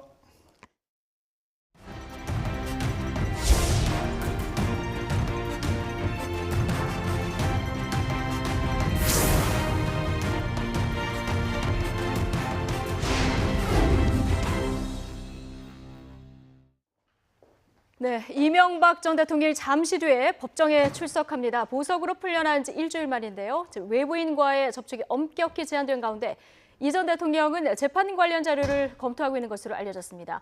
이 전 대통령 자택 앞에 나가 있는 와이튼 중계차 다시 연결해 보겠습니다. 자, 부장원 기자. 네, 논현동 자택 앞에 나와 있습니다. 네, 재판이 2시니까 이제 곧 출발을 하겠네요. 네, 이명박 전 대통령은 잠시 뒤인 오후 1시 20분쯤 자택을 출발해 서초동 법원으로 향할 예정입니다. 집안 차고에서 차량을 탄 뒤 나올 예정이어서 이 전 대통령의 모습을 직접 보기는 어려울 전망입니다. 이곳 논현동 자택 앞에는 이른 시간부터 많은 취재진들이 모여 이 전 대통령을 출석을 기다리고 있습니다. 자택 근처로 경찰이 배치돼 있는데 지금까지 별다른 특이 상황은 없습니다. 차량 몇 대가 주변을 지나가는 것 말고는 평소와 같이 한산합니다. 경찰은 경력 60여 명을 동원해 만일의 사태에 대비하고 있습니다. 보시는 것처럼 이 전 대통령 자택은 지상 3층, 지하 1층 구조로 되어 있습니다. 담벼락이 워낙 높고 창문에는 커튼도 쳐져 있어 내부 분위기를 알기는 어려운 상황입니다. 앞서 법원이 석방 조건으로 배우자나 직계혈족, 변호인 말고는 접견을 금지해 자택 출입이 엄격히 통제된 상태인데요. 오전 9시 반쯤 변호인으로 추정되는 3명이 자택 안으로 들어가는 모습이 목격됐습니다. 이 전 대통령은 변호인들과 함께 잠시 뒤 있을 재판에 대비하는 것으로 보입니다. 지금까지 논현동 자택 앞에서 YTN 부장원입니다. 네, 이명박 전 대통령 이제 곧 자택에서 출발할 것으로 예상이 되고요. 잠시 뒤 1시 반쯤이면 이제 법원에 출석할 것으로 이렇게 예상이 되는 상황입니다. 불구속 상태에서 자택에 머물다가 외부에 처음 모습을 나타내는 만큼 이 법원 출석에 앞서서 오늘 어떤 공개적인 발언이 있을지 이 부분도 관심입니다. 자, 오늘 재판에서 예정이었던 핵심 증인 이팔성 전 우리금융지주 회장은 건강상의 이유로 출석하지 않겠다는 뜻을 재판부에 전달했는데, 자, 법원 앞에 나가 있는 취재기자 연결해 보겠습니다. 김대겸 기자. 네, 서울고등법원입니다. 네. 자, 이 전 대통령이 조건부 보석으로 풀려난 뒤 오늘 처음으로 재판에 출석하는 건데요. 자, 법원 앞 분위기 전해주시죠. 네, 서울고등법원은 1시간 뒤인 오늘 오후 2시 이명박 전 대통령의 항소심 공판을 진행합니다. 일주일 전 조건부 보석으로 풀려난 뒤 열리는 첫 재판입니다. 이 전 대통령은 잠시 뒤 자택에서 출발해서 1시 반쯤 이곳 법원에 도착할 것으로 예상됩니다. 취재진들은 오전부터 이곳 법원 서관 입구 쪽에 포토라인을 준비하고 이 전 대통령 출석에 대비하고 있습니다. 보석으로 풀려난 뒤 처음으로 불구속 상태에서 법원에 출석하기 때문에 자신의 재판이나 보석과 관련해 공개적인 발언이 있을지도 관심입니다. 지난 6일 조건부 부속으로 349일 만에 구치소에서 풀려날 당시엔 별다른 언급 없이 귀가해 그동안 자택에서만 지냈습니다. 앞서 이 전 대통령은 석방 이튿날인 지난 8일 변호인단과 처음 접견했습니다. 이후로도 변호인단과 몇 차례 만나 이팔성 전 우리금융지주 회장의 증인 출석 등 앞으로 있을 재판 전략을 논의한 것으로 알려졌습니다. 오늘 증인으로 예정된 이팔성 전 회장은 자리 청탁을 위해 이 전 대통령에게 수십억대 뇌물을 건넨 것으로 알려진 인물인데요. 뇌물을 건네는 과정이 상세히 담긴 이 전 회장의 비망록은 이 전 대통령의 유죄 판결에 큰 영향을 미친 바 있습니다. 하지만 이 전 회장은 건강 문제로 불출석 신고서를 제출해 오늘 법정에는 출석하지 않습니다. 이 전 회장의 불출석으로 증인 신문 과정이 생략되면서 오늘 재판은 예상보다 일찍 마무리될 것으로 예상됩니다. 네. 자, 보석 전에도 핵심 증인들이 출석을 많이 안 하면서 재판에 큰 차질이 있었는데, 자, 오늘 같은 상황이 또 반복될 가능성이 그럼 있는 겁니까? 네, 앞서 항소심 재판부는 지난주 금요일 이팔성 전 회장을 비롯한 핵심 증인 5명에 대해 홈페이지에 소환 공지를 하면서 강제 구인 가능성도 함께 언급했습니다. 앞서 증인들의 불출석 사유 대부분은 폐문 부재였습니다. 즉, 소환장이 전달조차 되지 않았다는 뜻입니다. 재판부가 홈페이지를 통해 소환 공지를 한 상태이기 때문에 증인들은 소환장을 전달받은 셈입니다.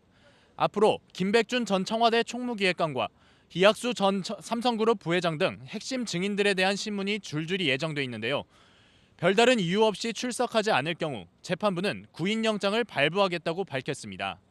재판부는 이 전 회장이 제출한 불출석 사유를 살펴본 뒤 구인장 발부 여부를 결정할 예정입니다. 우선 오는 15일 증인으로 채택된 원세훈 전 국정원장과 김주성 전 국정원 기조실장은 소환장이 전달된 것으로 확인됐습니다.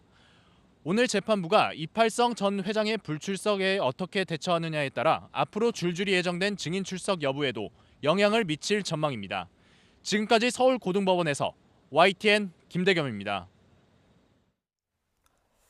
마이크 폼페이오 미 국무장관은 북한의 말이 아닌 행동이 중요하다며 진전된 비핵화 조치를 촉구했습니다. 하노이 정상회담 이후 트럼프 정부 고위 인사들이 잇따라 나서 북한을 압박하고 있습니다. 워싱턴에서 김희준 특파원이 보도합니다.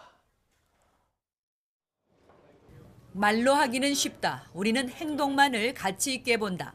폼페이오 미 국무장관이 텍사스주 지역 언론과의 인터뷰에서 북한 비핵화에 대해 한 말입니다. 이어 우리가 봐야 하는 것은 행동이고 그것만 믿는다고 강조했습니다. 앞으로 몇 달 동안 얻기를 바라는 바라고도 말했습니다. 2차 북미 정상회담이 합의 불발로 끝난 뒤 후속 협상을 모색하면서 북한의 구체적이고 진전된 비핵화 조치를 압박한 것으로 풀이됩니다. 폼페이오 장관은 국제사회에 강력한 대북 제재 전선도 환기했습니다. 또 김정은 위원장이 직접 대면한 자리에서 대여섯 번이나 비핵화를 약속했지만 하노이에서 내민 제안은 충분하지 않았다고 설명했습니다. 영변 핵폐기에 상응해 사실상 전면적인 제재를 요구한 것은 수용하기 어려웠다는 겁니다. 비건 대북 특별대표도 전날 같은 맥락의 언급을 하며 북한의 일괄 타결식 빅딜을 촉구했습니다. Nothing can be agreed until everything's agreed. That's a clear principle that has permeated our negotiations on both sides with the North Koreans. 하노이 회담 결렬 이후 볼턴 국가안보부 장관이 대북 압박 전선에 선봉에 선 뒤 트럼프 정부 인사들이 잇따라 북한을 옥죄는 모양새입니다. 다만 완전한 비핵화 대 북한의 밝은 미래도 역설하고 있습니다. 하지만 트럼프 대통령 임기 내 일괄 타결로 방향을 선회하는 미국과 단계적 해법을 고수하는 북한 사이 비핵화 협상은 험난한 여정을 예고하고 있습니다. 워싱턴에서 YTN 김유진입니다. 미국 국무부는 유엔 안보리 대북제재위원회의 연례 보고서와 관련해 북한의 제재 위반을 심각하게 받아들인다면서 모든 회원국이 안보리 제재 결의를 완전히 이행할 것을 기대한다고 촉구했습니다. 국무부는 성명에서 북한이 유엔 제재를 위반하고 있다는 위원회 보고서를 환영한다면서 이같이 밝혔습니다. 이어 국제적인 제재 실행은 북한의 불법적 대량 살상무기 프로그램의 개발 능력을 저해하고 북한이 비핵화될 때까지 경제적 외교적으로 고립될 것이라는 메시지를 보낸다고 강조했습니다. 김현철 통일부 장관 후보자가 학자 시절 남북관계나 정치권을 향해 한 말이 구설수에 오르고 있습니다. 김 후보자는 정제되지 않은 부적절한 표현을 사용해 유감으로 생각한다며 사과의 뜻을 밝혔습니다. 한현희 기자의 보도입니다. 천안함 폭침 5주기를 하루 앞둔 지난 2015년 3월 25일 당시 야당 대표였던 문재인 대통령은 군복을 입고 강화도 해병대를 찾았습니다. 천안함 사건에 소극적으로 대응해왔다는 비판 여론과 안보 불안 이미지를 걷어내기 위한 행보라는 평가가 이어졌습니다. 당시 대학 교수였던 김현철 통일부 장관 후보자는 이 같은 행보를 비난했습니다. 정치하는 분들이 진지해졌으면 좋겠다며 군복을 입고 쇼를 하고 있다고 밝혔습니다. 2016년엔 추미애 민주당 대표를 향해 감염된 좀비라고 하거나 김종인 비대위원장에 대해서는 박근혜가 씹다 버린 껌에 비유하기도 했습니다. 또 5.24 조치 해제와 관련해 반드시 천안함 사건과 연계해야 한다고 생각하지 않는다고 하거나 전쟁이 끝났다고 선언하면 유엔사는 존재의 법적 기반을 상실한다는 의견을 내기도 했습니다. 과거 발언이 논란이 되자 김 후보자는 자신의 페이스북 계정을 폐쇄하고 페이스북에 알지 못하는 사람들의 접근과 해킹 우려가 있어 계정을 일시 비활성화로 돌렸다고 설명했습니다. 또 대북 정책이나 남북 관계에 관한 정치 비평에서 일부 정제되지 않은 부적절한 표현을 사용해 매우 유감으로 생각한다며 사과의 뜻을 표명했습니다. 앞으로 언행에 신중을 기해 나가도록 하겠다는 말도 덧붙였지만 이런 논란과 별도로 야당에서는 김 후보자 지명이 한미 동맹에 부적절한 메시지를 준다는 목소리도 나오고 있습니다. YTN 한현입니다. 지난달 취업자가 1년 1개월 만에 가장 큰 폭으로 증가했습니다. 통계청이 오늘 발표한 2월 고용 동향을 보면 2월 취업자는 2,634만 6천 명으로 1년 전보다 26만 3천 명 늘었습니다. 이는 지난해 1월 34만 4천 명 증가 이후 최대입니다. 60살 이상에서 1년 전보다 39만 7천 명이 늘었는데 노인 일자리 사업으로 보건복지, 공공행정 분야 등의 취업자로 유입되는 것이 영향을 준 것으로 통계청은 분석했습니다. 지난해 4분기 서울의 주택구입 부담지수가 10분기 연속 상승해 집 사기가 여전히 힘든 것으로 나타났습니다. 관련 통계를 작성한 지난 2004년 이후 역대 최장기간 상승입니다. 주택금융공사 주택금융연구원 자료를 보면 지난해 4분기에 서울 주택구입 부담지수는 133.3으로 지난 2010년 2분기 이후 최고치를 기록했습니다. 반면 전국 평균은 56.6으로 전분기보다 0.9포인트 떨어져 4분기 연속 하락세입니다. 서울은 오르고 전국 평균은 떨어지면서 전국 대비 서울의 주택구입 부담지수 배율은 2.36배로 집계됐습니다. 가상화폐 발행 등을 내세워 투자 사기를 벌인 의혹을 받는 코인업 대표가 결국 구속됐습니다. 경찰 조사 결과 업체가 끌어모은 투자금 수천억 원은 대부분 사라진 상태였습니다. 김진호 기자의 보도입니다. 모자와 마스크로 얼굴을 가린 채 끌려 나오는 남성. 가상화폐를 미끼로 사기 행각을 벌인 혐의로 체포된 코인업 대표 53살 강모 씨입니다. 구속영장 실질 심사를 위해 경찰서를 나선 강 씨는 취재진의 질문에 묵묵부답이었습니다. 투자 사기 혐의 인정하십니까? 법원은 범죄 사실이 소명되고 도주 우려가 있다며 강 씨에 대한 구속영장을 발부했습니다. 코인업은 지난해부터 상가 임대 사업과 함께 가상화폐를 발행해 상장하겠다며 돈을 끌어모았습니다. 이를 국내 쇼핑몰은 물론 중국과 피지 등에서 돈처럼 쓸 수 있다며 대대적으로 홍보했고 이런 아름다운 집을 여러분들이 현재 보유하고는 코인으로 구매할 수 있다면 어떻게 되시겠습니까? 최대 500%에 달하는 수익률을 약속한다는 달콤한 제안과 함께 강 씨와 문재인 대통령이 함께 서 있는 합성 사진까지 들이밀었습니다. 속아가지고 그렇게 큰 돈을 투자하시게 된 거죠.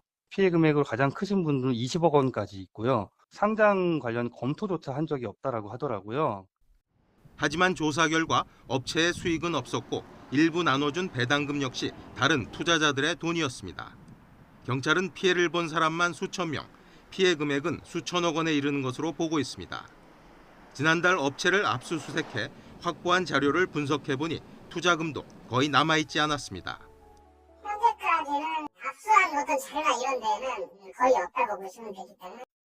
핵심 인물인 강 씨의 신병을 확보한 경찰은 피해 규모와 투자금의 행방을 조사하고 업체의 상위 직급자들도 입건할 방침입니다.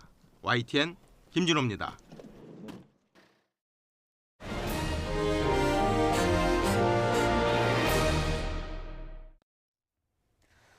어제에 이어 오늘도 정준영 씨의 불법 촬영 카톡방 논란은 계속되고 있습니다. 의혹의 중심에 선 정준영 씨, 어제 서둘러 귀국했습니다. 먼저 귀국 모습부터 보겠습니다. 카카오톡 내용 저거 사실입니까? 영상 몰래 찍어서 올리신 거 맞습니까? 이렇게 도망치듯 공항을 빠져나간 정 씨, 오늘 새벽에서야 사과문을 발표했습니다. 모든 죄를 인정한다는 입장이었습니다. 연예 활동도 모두 중단하겠다며 내일 오전에 있을 경찰 조사에 성실히 임하겠다고 밝혔습니다. 하지만 어제 카톡방에 새로운 내용이 공개됐습니다. 여성에게 수면제를 먹인 것을 거리낌 없이 말하고 성폭행을 했다는 발언도 서슴지 않았습니다. 그 추악한 대화 내용 보시겠습니다. 2016년 1월 정준영 씨가 온라인 게임에서 만나서 여성을 성폭행하자고 말하자 대화방의 한 참여자가 이미 현실에서도 하고 있다고 답을 합니다. 또 자신들의 삶은 영화라면서 구속될 만한 일이 많다고 스스로 말합니다. 같은 해 3월에는 박모 씨가 여성에게 수면제를 먹인 뒤에 성관계를 했다고 하니까 정 씨는 오히려 여성을 비하하는 발언을 합니다. 4월에는 김모 씨가 자신의 성관계 불법 촬영 영상을 올렸습니다. 이 영상 속의 여성이 정신을 잃은 듯하자 가수 최 씨가 살아있는 여자 영상을 보내라고 합니다. 정 씨는 성폭행을 했다며 웃습니다. 충격적인 대화 내용은 이게 끝이 아닙니다. 정준영 씨는 수십 개의 카톡방을 갖고 있었는데 수시로 이렇게 몰카 동영상을 올려왔습니다. 이런 행위는 법적 책임을 피할 수 없는 엄연한 범죄 행위인데도 죄의식은 찾아볼 수 없었습니다. 수면제를 먹여서 기절을 시킨 다음에 성행위를 했다. 이건 전형적인 심신상실 또는 이제 한급을동 상태를 이용한 중간간 행위거든요. 그건 3년 이상의 징역에 처하도록 되어 있죠. 촬영한 것 자체도 성폭력법에 해당이 됩니다. 이것만 해도 5년 이하의 징역, 3천만 원 이하의 벌금에 처하도록 되어 있고요. 그다음에 이걸 갖다 단톡방에 올렸잖아요. 그래서 유포 행위단 말이에요. 당연히 구속감이고 사실은 뭐 법정형도 실형이 아주 중한 실형이 나올 수 있는 그런 상황이라고 볼 수 있죠. 그런데 정준영 씨가 경찰 수사를 받는 게 이번이 처음이 아니죠. 2016년 8월에도 한 여성이 정 씨가 성관계를 몰래 촬영했다며 고소했지만 정 씨는 서로 장난삼아 찍은 거라면서 혐의를 부인했습니다. 당시 정 씨는 휴대전화가 망가져서 복구할 수 없다는 의견서를 제출했고 경찰은 정 씨의 휴대전화를 확보하지 못했는데요. 결국 사건을 넘겨받은 검찰은 혐의 없음 처분을 내리고 사건을 종결했습니다. 이에 대해 이번 일을 처음 신고한 사람은 경찰과의 유착 정황이 의심된다고 폭로했습니다. 경찰과 유착 관계가 굉장히 의심되는 정황들이 많이 담겨 있었어요. 직접적으로 얘기를 해요. 그러니까 이름을 얘기하지는 않는데, 그러니까 어떤 그 특정 그 계급이랄까요? 그걸 얘기를 해요. 쉽게 얘기해서 뭐 그들 중에 이제 누가 뭐 누가 그분하고 뭐 문자한 거 봤어? 아니면 뭐 어떻게 했어? 그거 연락했어. 이런 식의 대화들이 있어요. 근데 가장 큰 우두머리하고 유착이 돼 있으니까 이렇게 내려오는 형태가 아닌가. 이렇게 경찰과의 유착 의혹까지 나오면서 정준영 카톡이 제2의 버닝썬 사태로 번지는 게 아니냐는 이야기도 나오고 있습니다. 그런데 의혹들을 깨끗이 해소하고 엄정한 수사로 불법 행위를 뿌리 뽑는 데 초점이 맞춰져야 하지만 관심이 성관계 동영상의 피해자가 누구인지로 쏠리면서 2차 가해까지 이어지고 있습니다. 피해자로 유명 걸그룹 멤버들의 실명까지 거론된 사설 정보지마저 나돌자 소속사 측에서도 강경 대응을 밝히기도 했는데요. 확인되지 않은 내용을 작성하고 퍼뜨리는 건 역시 엄연한 범죄라는 것 기억해야겠습니다.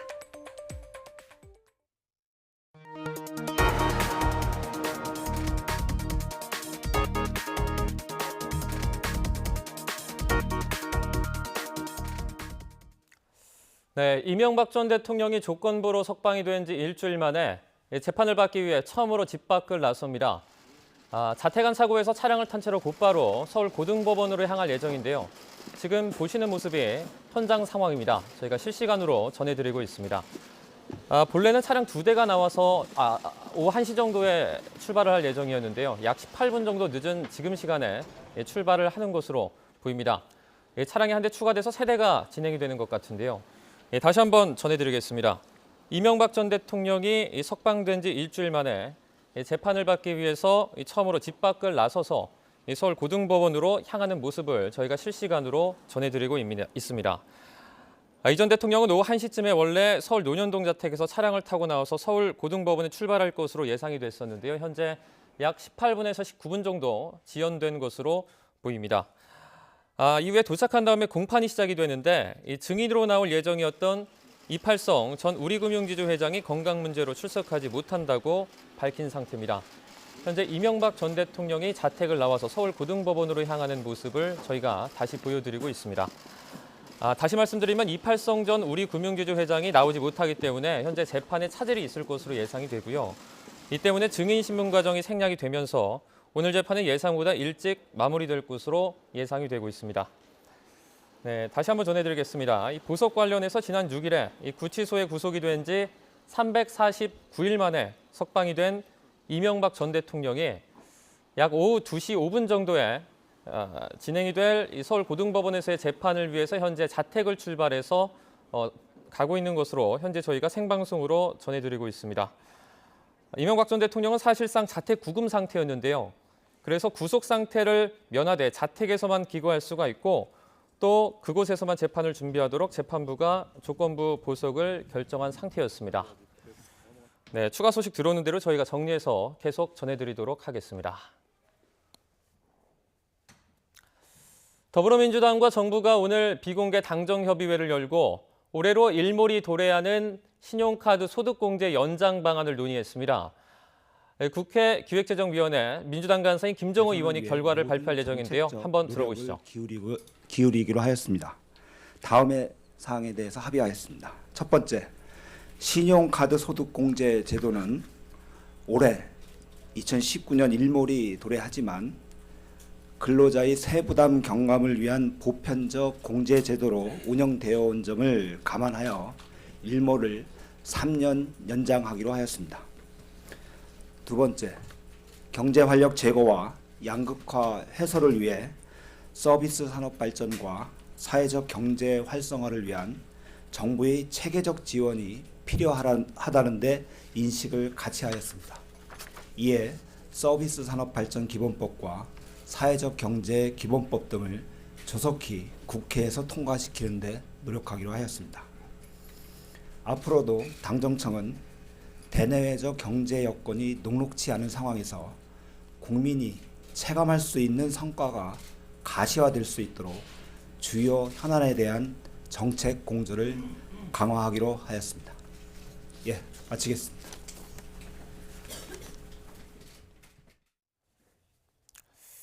네, 이 더불어민주당 기재회의 더불어민주당 간사의 이 발표 내용 들어보셨습니다.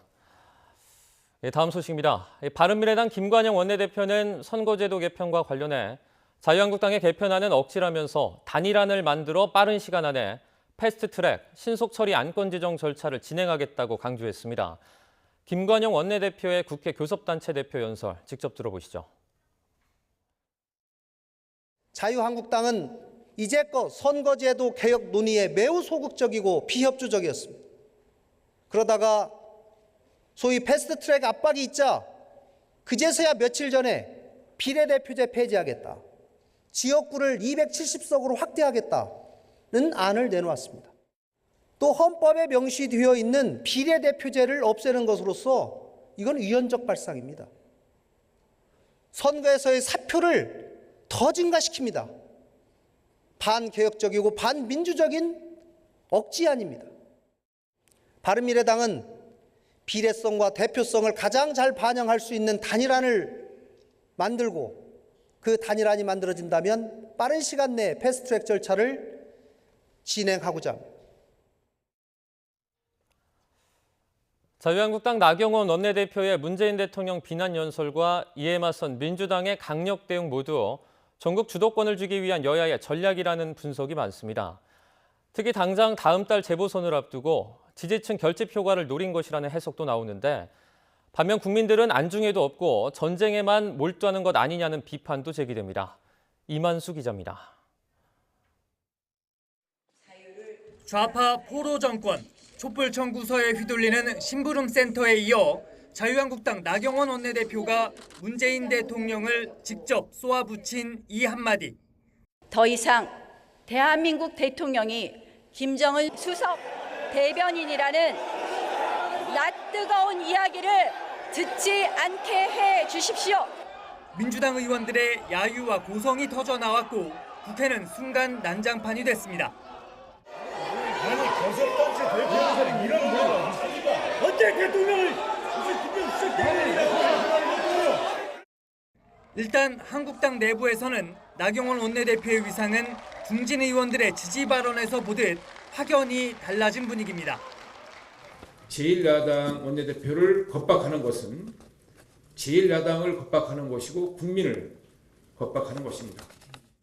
한 의원은 YTN과의 통화에서 김태우 전 청와대 특별감찰반원 의혹과 관련한 국회 운영위원회 완패와 릴레이 단식 농성 등 일부 전략적 실패를 딛고 제1야당의 원내대표로서 이제야 자리를 잡았다고 점수를 줬습니다. 나 원내대표가 일종의 승부수를 던진 것은 국정농단 이후 처음으로 당 지지율이 30%를 넘었다는 자신감에 4.3 재보선과 내년 총선을 앞두고 강력한 대여 투쟁을 통해 지지층 결집을 노린 것으로 분석됩니다. 청와대와 여당에게 묻고 싶습니다. 이 나라의 자유민주주의는 어디로 갔느냐고 묻고 싶습니다. 닭 모가지를 아무리 비틀어도 새벽은 옵니다. 물론 여당인 더불어민주당 역시 한국당의 무차별 공세를 가만히 당하고만 있지는 않습니다. 지도부는 혐오의 정치이자 목리, 앞길이 없는 사람이라는 말에다 국민과 헌법까지 모독한 것이라고 총공세에 나섰습니다. 대통령을 뽑은 국민과 또 평화를 열망하는 국민과 헌법이 규정한 대통령의 권한, 이 모든 것을 다 모독하는 것입니다. 미세먼지 악화 등으로 인한 대통령 지지율 하락, 성과가 없었던 하노이 북미 정상회담 등 악재가 겹쳤는데 전국 주도권을 여기서 내줬다가는 돌이킬 수 없다는 판단이 크게 작용했다는 관측이 높습니다. 여당을 할 때 모습하고는 전혀 다른 그런 악을 쓰는 그런 모습을 보면서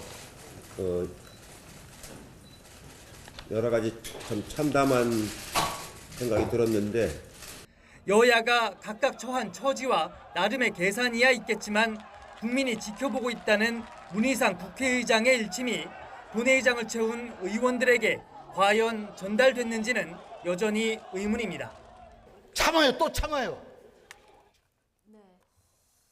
자, 지금 이명박 전 대통령이 조금 전 자택을 출발했는데 지금 서울 고등법원에 도착한 모습을 보고 계십니다. 오늘 여기서 무슨 얘기를 할지가 관심인데 현장 오디오 좀 충분히 살려주시면 저희가 얘기나 질문이 나오면 들어보겠습니다. 지금 뭐 지지자들의 모습도 보이고 있는 이런 상황인데요. 네, 이명박 연호를 외치고 있는 현장 소리를 듣고 계십니다. 네, 이명박 전 대통령이 지난 6일에 조건부 보석으로 풀렸는 뒤 처음으로 열리는 재판인데요. 현재 서울 고등법원으로 출석하고 있는 모습을 실시간으로 저희가 보여드리고 있습니다. 예. 앞서 집에서 자택에서 출발할 때는 차고 안에서 차를 타고 나왔기 때문에 모습을 볼 수가 없었는데요. 자, 지금은 법원에 도착해서 이제 법적으로 걸어 들어야 가는 이 상황의 모습을 보고 계십니다. 그래서 바람이 불어서 머리가 날리는 이런 모습도 보셨고요. 자, 오늘 법원에 도착한 뒤에 뭐 어떤 입장을 밝힐까 이 부분이 상당히 관심이었는데요. 특별한 입장 표명은 없이 자, 천천히 걸어 들어가는 이런 모습을 보셨습니다. 네, 저희가 다시 한번 보여드리겠습니다. 이명박 전 대통령이 조금 전에 자택을 나와서 현재 서울 고등법원에 도착을 하는 모습을 저희가 다시 한번 보여드리고 있습니다. 고등법원에 도착을 해서 어떤 말을 할지가 관건이었는데 아무 말 없이 서울 고등법원 안으로 들어간 것으로 보여지고 있습니다. 네, 조금 전 상황입니다. 자, 서울 고등법원에 도착한 조금 전 모습이고요. 그 지지자들이 이명박 전 대통령을 외치는 그 구호에 뭔가 좀 답변을 하고 또 눈인사를 건네는 이런 모습도 지금 보실 수 있습니다. 고개를 끄덕이는 이런 모습도 보실 수 있고요. 자, 보석으로 풀려난 지 지금 일주일 만에 항소심 재판을 받기 위해서 지금 법정으로 들어가는 모습 보고 계십니다. 자, 항소심 재판이 사실 증인들이 대거 출석하지 않으면서 재판이 지연돼 왔었는데요. 네. 구속 만료일을 한 달 정도 남기고 법원이 이제 보석을 허가한 이런 상황입니다. 네. 앞으로 재판부는 조금 재판을 빨리 진행하겠다. 증인들이 안 나오면 구인장도 발부하겠다. 이런 방침을 밝혔는데 자, 앞으로 이게 좀 속도감 있게 진행될지는 지켜봐야 되겠고요. 좀 귀가 좀 불편한 거, 머리를 쓸어내리는 이런 모습도 보실 수 있습니다. 조금 전에 서울 고등법원에 도착해서 차에서 내려서 지금 법정으로 들어가는 이런 모습까지 지금 보고 계십니다. 네. 오늘 증인으로 이팔성 전 우리금융지주 회장이 예정돼 있었으나 불출석할 것으로 예상이 되면서 현재 오늘 재판에 어느 정도의 차질이 있을 것으로 예상이 되고 있습니다. 앞서 349일 동안 구치소 수감 상태에서 재판을 받았고 1년을 조금 채우지 못한 상태에서 석방이 되고 그리고 일주일 만에 다시 항소를 위해서 서울구치소로 서울 고등법원으로 현재 출석하는 모습을 저희가 보여드리고 있습니다. 예. 오늘 뭐 취재진들이 오전부터 이곳 이제 법원 서관 입구 쪽에 포토라인도 준비하고 계속 대기하는 모습을 볼 수 있었고요. 저희도 이제 자택 앞에서 그리고 법원 앞에서 계속 오전 상황을 전해드리고 있는 이런 상황이었는데요. 보석으로 풀려난 뒤에 처음으로 지금 불구속 상태가 된 거죠. 그 상태에서 법원에 출석하는 거기 때문에 오늘 출석에 상당한 관심이 모아졌습니다. 자신의 재판이라던가 보석 관련해서 어떤 공개적인 발언이 있을까 관심이었었는데요. 차에서 내린 후에 지지자들을 향해서 눈인사를 하고요. 그리고 법정으로 들어가는 모습. 저희가 어떤 구체적인 얘기는 들을 수 없는 이런 상황이었습니다. 자, 이 전 대통령 석방 이튿날이 지난 8일 변호인단과 처음 접견을 했고요. 이후로도 변호인단과 몇 차례 만나서 이팔성 전 우리금융지주 회장의 증인 출석 문제 등 재판 전략을 논의한 것으로 알려졌는데 오늘 이팔성 이 회장은 나오지 않는 것으로 이렇게 알려지고 있습니다. 재판은 잠시 2시부터 진행이 됩니다.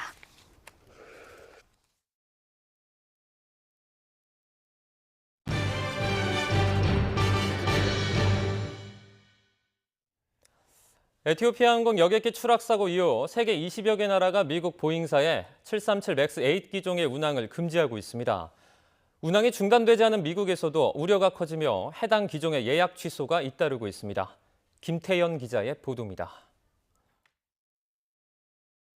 이탈리아 항공안전청은 보잉 737 맥스 8의 운항 중단 조치는 추가 공지가 있을 때까지 유효하다고 발표했습니다. 네덜란드 항공당국도 맥스 8 기종의 영공 통과를 차단하기로 결정한 데 이어 벨기에도 보잉 해당 기종의 운항을 중단한다고 발표했습니다. 앞서 영국, 프랑스, 독일 등 유럽 주요 국가들도 이 기종의 운항 중단을 잇따라 결정했습니다. Also ich denke, bis die Auswertung dieser Unfälle nicht vollständig vollzogen ist und die Erkenntnisse über diesen Flugzeugtyp gereift sind und die Zweifel ausgeräumt sind, ist es die richtige Entscheidung, denn Sicherheit geht vor. 중국, 싱가포르와 중동 국가들도 합류하면서 세계 20여 개 나라가 보잉 해당 기종의 운항을 금지했습니다. 거액의 소송에 직면한 미국 보잉사의 주가는 급락했습니다. 미국 월스트리트 저널은 보잉사가 안전성 우려가 불거진 737 맥스 기종 전반에 대해 조종 제어 소프트웨어를 대폭 수정하던 도중 추락 사고가 났다고 보도했습니다. 운항 금지가 내려지지 않은 미국에서도 우려가 퍼지고 있습니다. 미국인들은 항공사에 문의해 해당 기종의 항공편 예약을 취소하거나 다시 예약하고 있고 정치권에서도 운항 중단 요구가 나오고 있습니다. 에티오피아 항공 소속 보잉 737 여객기는 지난 10일 아디스아바바 공항에서 이륙한 직후 추락해 탑승자 157명이 모두 숨졌습니다. YTN 김태현입니다. 미국 항공기 제조업체 보잉 최신 기종의 추락 사고 이후 주가가 폭락하며 보잉의 시가총액이 30조 원이 증발했습니다. 현지 시간 12일 뉴욕 증시에서 보잉은 6.15% 떨어진 375.4달러의 거래를 마쳐 전날 5.33%의 하락세를 이어갔습니다. 지난 10일 에티오피아 항공 소속 여객기에 보잉 737 맥스 8 기종이 추락한 뒤 주가가 이틀 동안 12% 가까이 하락한 겁니다. 지난 2008년 11월 이틀간 14.7% 폭락한 이후 최대 하락폭을 기록하며 이틀 사이 시가총액이 약 270억 달러, 30조 5천억 원 줄었습니다. 안전성 우려에 따라 세계 20여 개 나라가 잇따라 해당 기종의 운항을 금지하면서 보잉 실적이 악화될 것으로 예상됩니다. 영국이 유럽연합 EU를 탈퇴하는 조건을 담은 브렉시트 합의안이 영국 의회에서 부결된 지 8주 만에 또 부결됐습니다. 이번 달 말에 영국이 EU와 아무런 합의 없이 관계를 끊는 노딜 브렉시트가 현실화할지 우려됩니다. 황보선 기자입니다. 간밤에 가까스로 EU 집행위원장을 설득해 이른바 안전장치를 보완하고 돌아온 테리사 메이 영국 총리. 이번만은 브렉시트 합의안을 꼭 통과시켜달라고 의원들에게 쉰 목소리로 호소합니다. Is that if this vote is not passed tonight, if this deal is not passed, then Brexit could be lost. 그러나 이번 2차 승인 투표도 부결입니다. 1차 승인 투표가 부결된 지 8주 만입니다. 안전장치가 사실상 수정되지 않았으며 이에 따라 영국이 브렉시트 후에도 EU 관세 동맹에 무한 종속될 것이라면서 많은 의원이 반대표를 던진 겁니다. Not one single word has changed. Mr. Speaker, in terms of the substance, literally nothing has changed. 영국이 EU의 동의 없이 안전장치를 종료할 수 있는 국제적으로 합법적인 수단이 없다는 제프리 콕스 영국 법무상의 법률 검토 결과도 부결에 영향을 미쳤습니다. 이제 3차 승인 투표는 없고 연일 2건의 의회 표결이 이어집니다. 첫 번째는 영국이 오는 29일 아무런 합의 없이 EU를 탈퇴하는 이른바 노딜 브렉시트로 갈 것인지 결정하는 의회 표결입니다. 만약 의회가 노딜 파국만은 피하자는 결정을 내리면 이튿날에는 브렉시트 기일을 연기하는 방안이 표결에 붙여집니다. 영국 하원이 브렉시트 연기를 결정하면 EU는 7월까지 수용 여부를 정해야 합니다. YTN 황보선입니다. 로버트 라이트하이저 미국 무역대표부 대표는 중국과의 무역 협상에 대해 합의를 위한 마지막 주간에 와 있으면 하는 것이 우리의 희망이라고 밝혔습니다. 라이트하이저 대표는 현지 시각 12일 미 상원 재무위원회에 출석해 구체적인 시간표를 설정하고 있지는 않다면서도 머지않아 좋은 결과가 나오거나 그렇지 않으면 나쁜 결과가 나올 것이라면서 이같이 말했습니다. 이는 앞으로 수주 내에는 협상을 마무리할 필요성을 강조하며 중국을 압박한 것으로 풀이됩니다. 미국에서 유명 TV 스타, 할리우드 배우, 기업체 CEO 등이 연루된 대형 입시비리 사건이 터졌습니다. 미국 MBC 방송에 따르면 보스턴 연방지방검찰청은 입시 브로커에게 거액을 주고 자녀를 조지타운, 스탠퍼드, 웨이크 포리스트, UCLA, 예일 등 명문대 체육 특기생으로 입학시킨 학부모와 브로커, 대학 코치, 대입시험 관리자 등 40여 명을 적발했습니다. 이들의 범행은 2011년부터 올해까지 8년간 이어졌으며 입시 브로커를 통해 오고 간 뒷돈의 규모가 600만 달러, 약 68억 원에 달하는 것으로 알려졌습니다. 아일랜드 공화국군 IRA라고 밝힌 단체가 지난주 런던 교통 허브 3곳과 스코틀랜드 대학 한 곳에 보내진 소형 폭발물의 배후를 자초했습니다. 지난 5일 런던 히스로 공항과 시티 공항, 워털루 기차역 등 교통허브 3곳에서 소형 폭발 장치를 담은 A4 용지 크기의 흰색 우편 봉투가 발견됐습니다. 다음 날인 6일에는 스코틀랜드 글래스고 대학에서 폭발물이 발견됐습니다. 자본금을 15억 원까지 늘리지 못한 상조업체 15곳의 등록이 이번 달 안에 말소 처리됩니다. 이에 따라 소비자 7,800여 명이 피해를 볼 것으로 우려되는데요. 공정거래위원회가 소비자 피해를 최소화하기 위해 구제 대책을 내놓았습니다. 백종규 기자의 보도입니다. 상조업체 10곳 가운데 6곳 이상이 폐업 위기라고 합니다. 폐업한 상조업체의 냈던 돈은 결국 제대로 돌려받지 못했습니다. 한때 우후죽순처럼 생겨나던 상조업체들이 잇따라 폐업하면서 가입자 피해가 속출했습니다. 그러자 지난해 정부 당국이 상조업체 구조조정에 직접 나섰습니다. 자본금을 15억 원까지 늘리지 못한 업체들을 말소 처분하는 정책을 시행했고 일단 효과를 봤습니다. 1372 소비자 상담센터에 접수된 지난해 상조업체 서비스 관련 상담은 전년보다 22% 이상 줄어든 것으로 나타났습니다. 이번 달에도 기준에 미치지 못하는 전국 15개 업체가 문을 닫을 예정입니다. 가입자는 모두 7,800여 명인데 공정거래위원회가 피해 소비자를 돕는 방안들을 마련했습니다.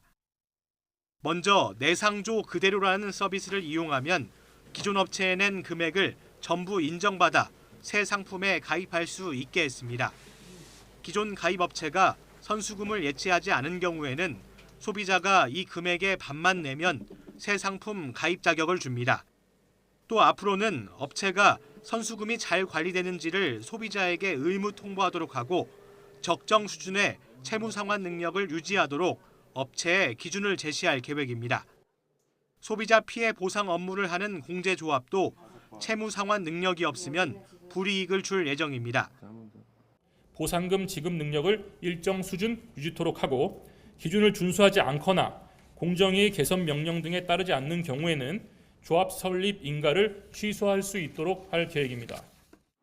공정위는 업체 폐업 피해자들을 위해 적은 비용으로 소송을 제기할 수 있는 구제 절차도 마련해 조만간 발표할 계획입니다. YTN 백종규입니다. 중증 외상 환자가 생겼을 때 가장 중요한 건 시간과의 싸움이죠. 이른바 골든타임을 확보해야 생존할 확률이 높아지는데 전문 의료진이 탑승한 닥터카가 활동을 시작했습니다. 이기정 기자의 보도입니다. 형체를 알아보기 힘들게 파손된 자동차. 119 구급대원들이 절단기를 동원해 부상자 구조에 전력을 기울이고 있습니다. 공사장에서 노동자가 다리를 심하게 다쳤습니다. 현장에 제일 먼저 도착한 119 구급대원들이 긴급 조치 뒤 가까운 병원으로 움직입니다. 돌아. 그렇지. 가자. 병원 응급실로 이송되는 시간에도 골든타임은 흘러갑니다. 앞으로 긴급한 중증 외상 환자가 생기면 119 종합상황실은 닥터카 출동을 요청하게 됩니다. 미추홀 소방서 119 구급대원입니다. 지금 공사 현장 폴다운 환자분으로요. 네, 저희가 금방 도착하니까요. 일단 정맥락 확보하시고. 닥터카는 5분 이내 출동, 30분 이내 현장에 도착하게 됩니다. 외상외과 전문의와 간호사가 탄 닥터카는 3년 안에 예방 사망률을 23%까지 낮추는 것을 목표로 하고 있습니다. 닥터카 의료진은 기도 삽입관과 응급약품 투여 등 고도의 의료 행위가 가능해 사실상 움직이는 응급실이 됩니다. 산업시설이 많은 인천은 인구 대비 중증 외상 환자 발생 비율이 다른 시도보다 많습니다. 인천시는 가천대 길병원과의 협업을 통해 올해 말까지 시범 운영을 거쳐 원스톱 응급 의료 시스템을 구축하겠다는 방침입니다. 아주 처음부터 전문 의료 행위를 통해서 처치를 해서 사망률을 감소시키고 장애도 최소화하는 그러한 제도를 이제 시작하게 되었습니다. 닥터 헬기에 이어 첫 선을 보인 닥터카는 소중한 시민의 생명을 지키는 파수꾼 역할을 할 것으로 기대됩니다. YTN 이기정입니다. 봄으로 가는 길목에서 꽃샘추위가 찾아왔습니다. 오늘 아침 서울 기온은 영하 0.4도로 어제보다 4도나 낮았는데요. 지금도 기온이 7도에 머물고 있고 찬바람 탓에 몸으로 느껴지는 쌀쌀함은 이보다 더합니다. 그래도 찬바람 덕분에 미세먼지가 말끔히 사라지면서 전국의 대기 수준 좋음순 보이고 있습니다. 오늘 낮 동안 맑고 파란 하늘이 함께하겠습니다. 다만 찬바람이 불면서 쌀쌀하겠는데요. 서울이 8도, 광주와 대구 10도, 부산은 12도로 어제보다 2에서 6도가량 낮겠습니다. 내일도 서울의 아침 기온이 영하 2도까지 떨어지면서 꽃샘추위가 계속되겠고요. 내일 밤부터 중부지방에는 눈이나 비가 오기 시작해서 모레는 전국으로 확대될 전망입니다. 동해안과 경북 지역에는 강풍주의보가 내려진 가운데 바람이 무척 강하게 불고 있습니다. 메마른 날씨도 계속되고 있으니까요. 산불 등 화재 사고 발생하지 않도록 각별히 주의하시기 바랍니다. 지금까지 상암동 야외 스튜디오에서 YTN 권혜인입니다. 네, 3월 13일 수요일 뉴스앤이슈 여기서 마치겠습니다. 잠시 뒤 2시에는 노종면의 더 뉴스가 이어집니다. 시청해주신 여러분 고맙습니다.